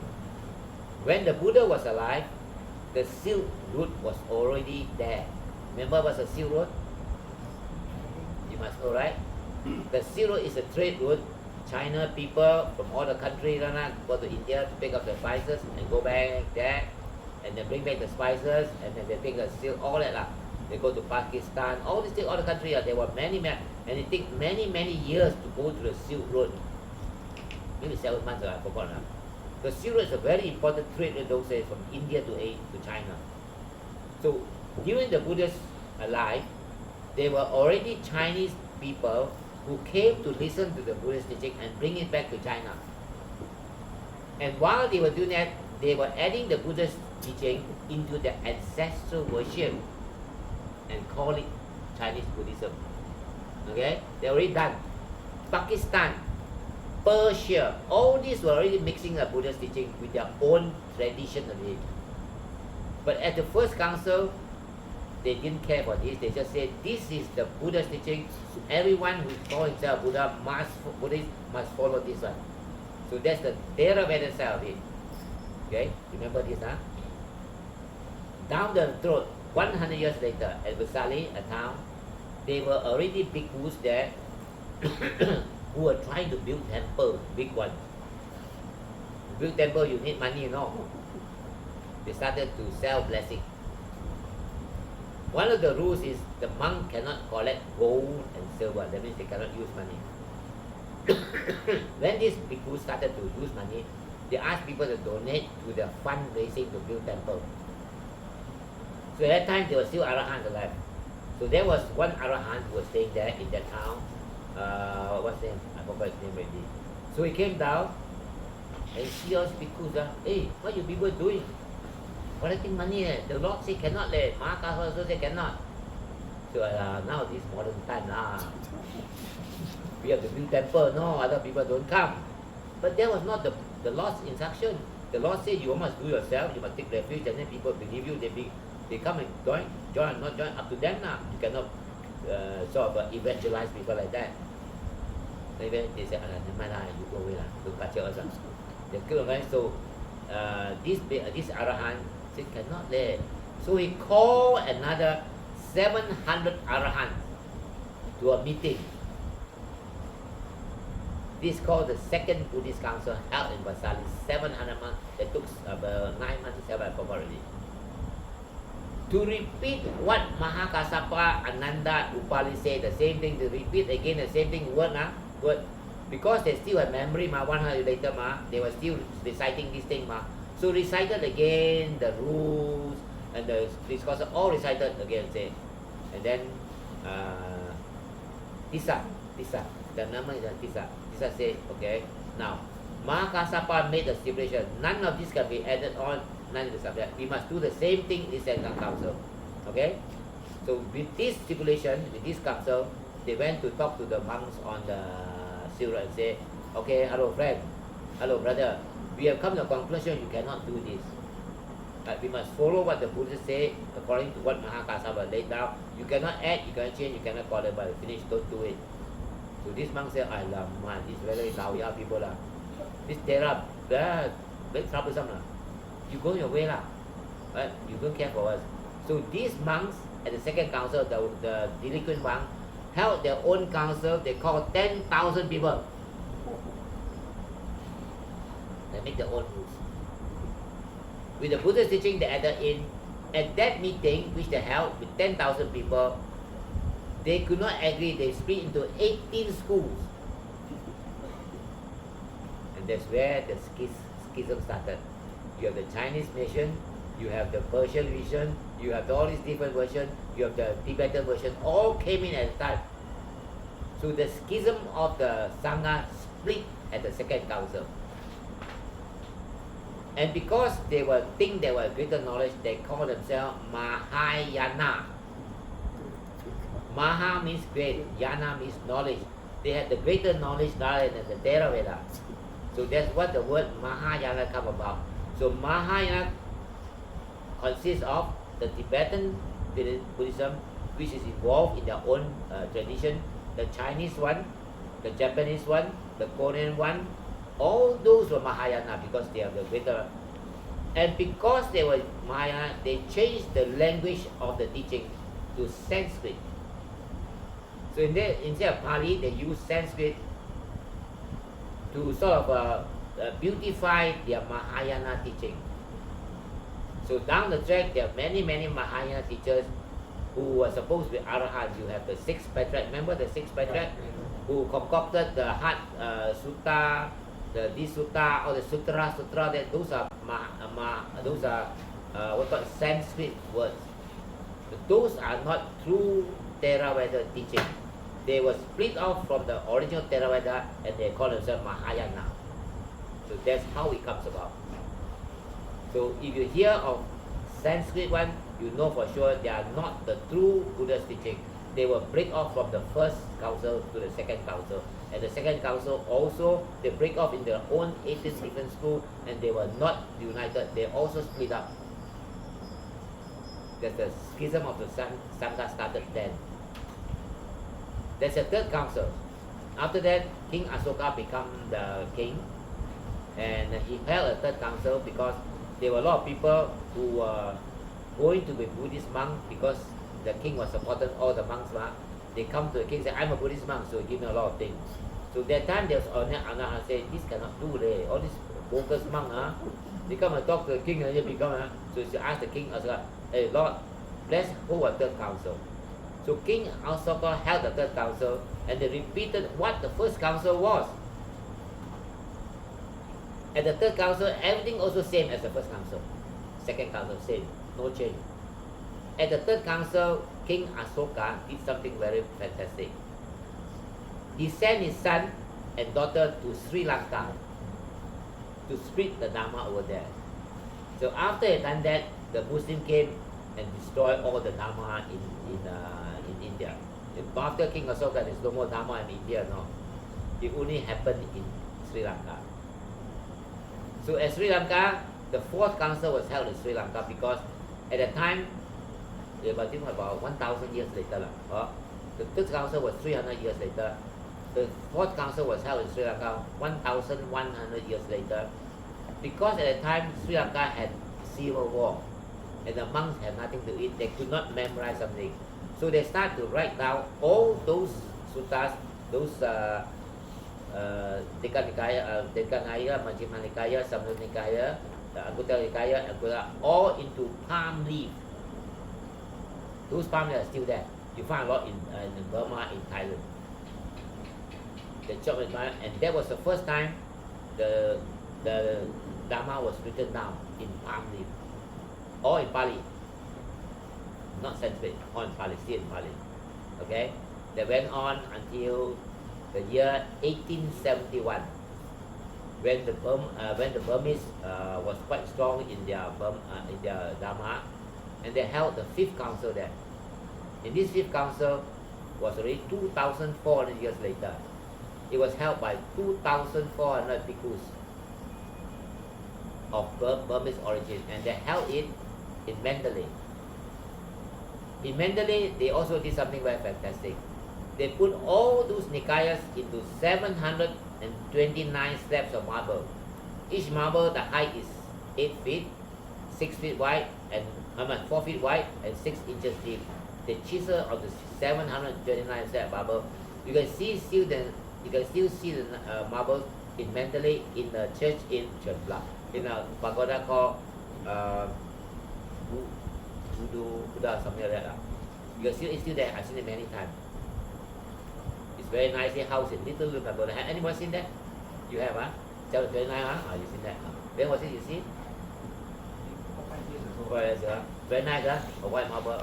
It's housed in little pagoda, right? Very nice. It's still there. Okay. So the fourth council also repeat. The fifth council repeated what the fourth, the third, and the first all done. So still the same. But the Burmese did it. Then in 1954, they held the sixth council in Yangon, and they make a mock-up cave of the first cave of the first council. It's still there, the cave in Yangon. You can go and visit it. And they repeat exactly the same. This time, 2,500 monks came to one, and this time they had Mahayana monks. They have all the monks from all the country to come and see them do it. At this time, Mahasi Sayadaw was the questioner. Our teacher, Mahasi Sayadaw. And Mingun Sayadaw was the answerer. Mingun Sayadaw is a very fantastic person. He can memorize all the Tipitaka, every single word. Not from start to bottom, no. Halfway you can ask him, he can tell you. Backward, forward, he can remember all the things. Mingun Sayadaw. They can find that in Burma. There are 3 of them. Mingun Sayadaw is one of them. He was the answerer. Mahasi Sayadaw was the questioner. That means Mahasi took the place of Mahakassapa to question Mingun Sayadaw. Mingun answered all the questions. So that was the 6th council held in Yangon, in a man-made cave, like exactly the same one in the first council. So the Theravada passed to 1st, 2nd, 3rd, 4th, 5th, 6th council until Yangon today. So we are now at the 6th council. Maybe one day we have the 7th council at the But RBPA. at the 6th council, they added some more books. In the 6th council, No, they didn't. No. They didn't. uh, They probably added the Burmese version. 3 more books. You're right. 3 more books. 18 books. 18 books. Yeah. 18 books. You're correct. In Burmese, yeah. You're correct. Sorry.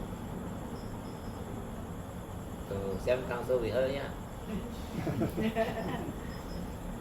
So that is why you have the different Vajrayana, Mahayana, Chinese, Japanese. All already, may I say, corrupted form of Buddhism, not the true one.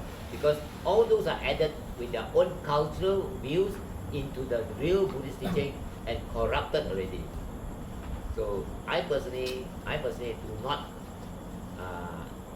cater to those Mahayana teaching because they are not what the Buddha said. They are only by supposedly great people, but they are not enlightened people. So not enlightened, you don't have all the knowledge that the Buddha has, ma. I will still go on for the Theravada one, even today, because they are all left with the correct books are there. In Myanmar, there are some very good teachers who say they are Arahant. One is Lady Sayadaw. Ever heard of Lady Sayadaw? Didn't know, huh? Lady Sayadaw is a very, when Lady Sayadaw was alive, the British were ruling Burma. And when Lady Sayadaw wrote the books, either in Burmese or he himself as matter in English, but his translator into English were Burmese people who were very good in English. You read Lady Sayadaw's book, you find a good explanation of everything. And then of course you have Mahasi Sayadaw, who is also one of the Arahant, who is very good at Vipassana. So these are the people that were propagating the Dhamma in Burma. They were really Arahants. There is other countries don't have Arahants at this moment of time. Even in Burma, you don't have already. They're all gone. The Dhamma is dying. So the Sangha community has already dispersed. They are also a funny Sangha already. But when the Buddha died, the Buddha asked him, Lord, when you pass away, we have no more teacher. The Buddha said, of course, said, let the Dhamma be your teacher. So if you follow Dhamma, you must follow the correct Dhamma, you have the teacher there.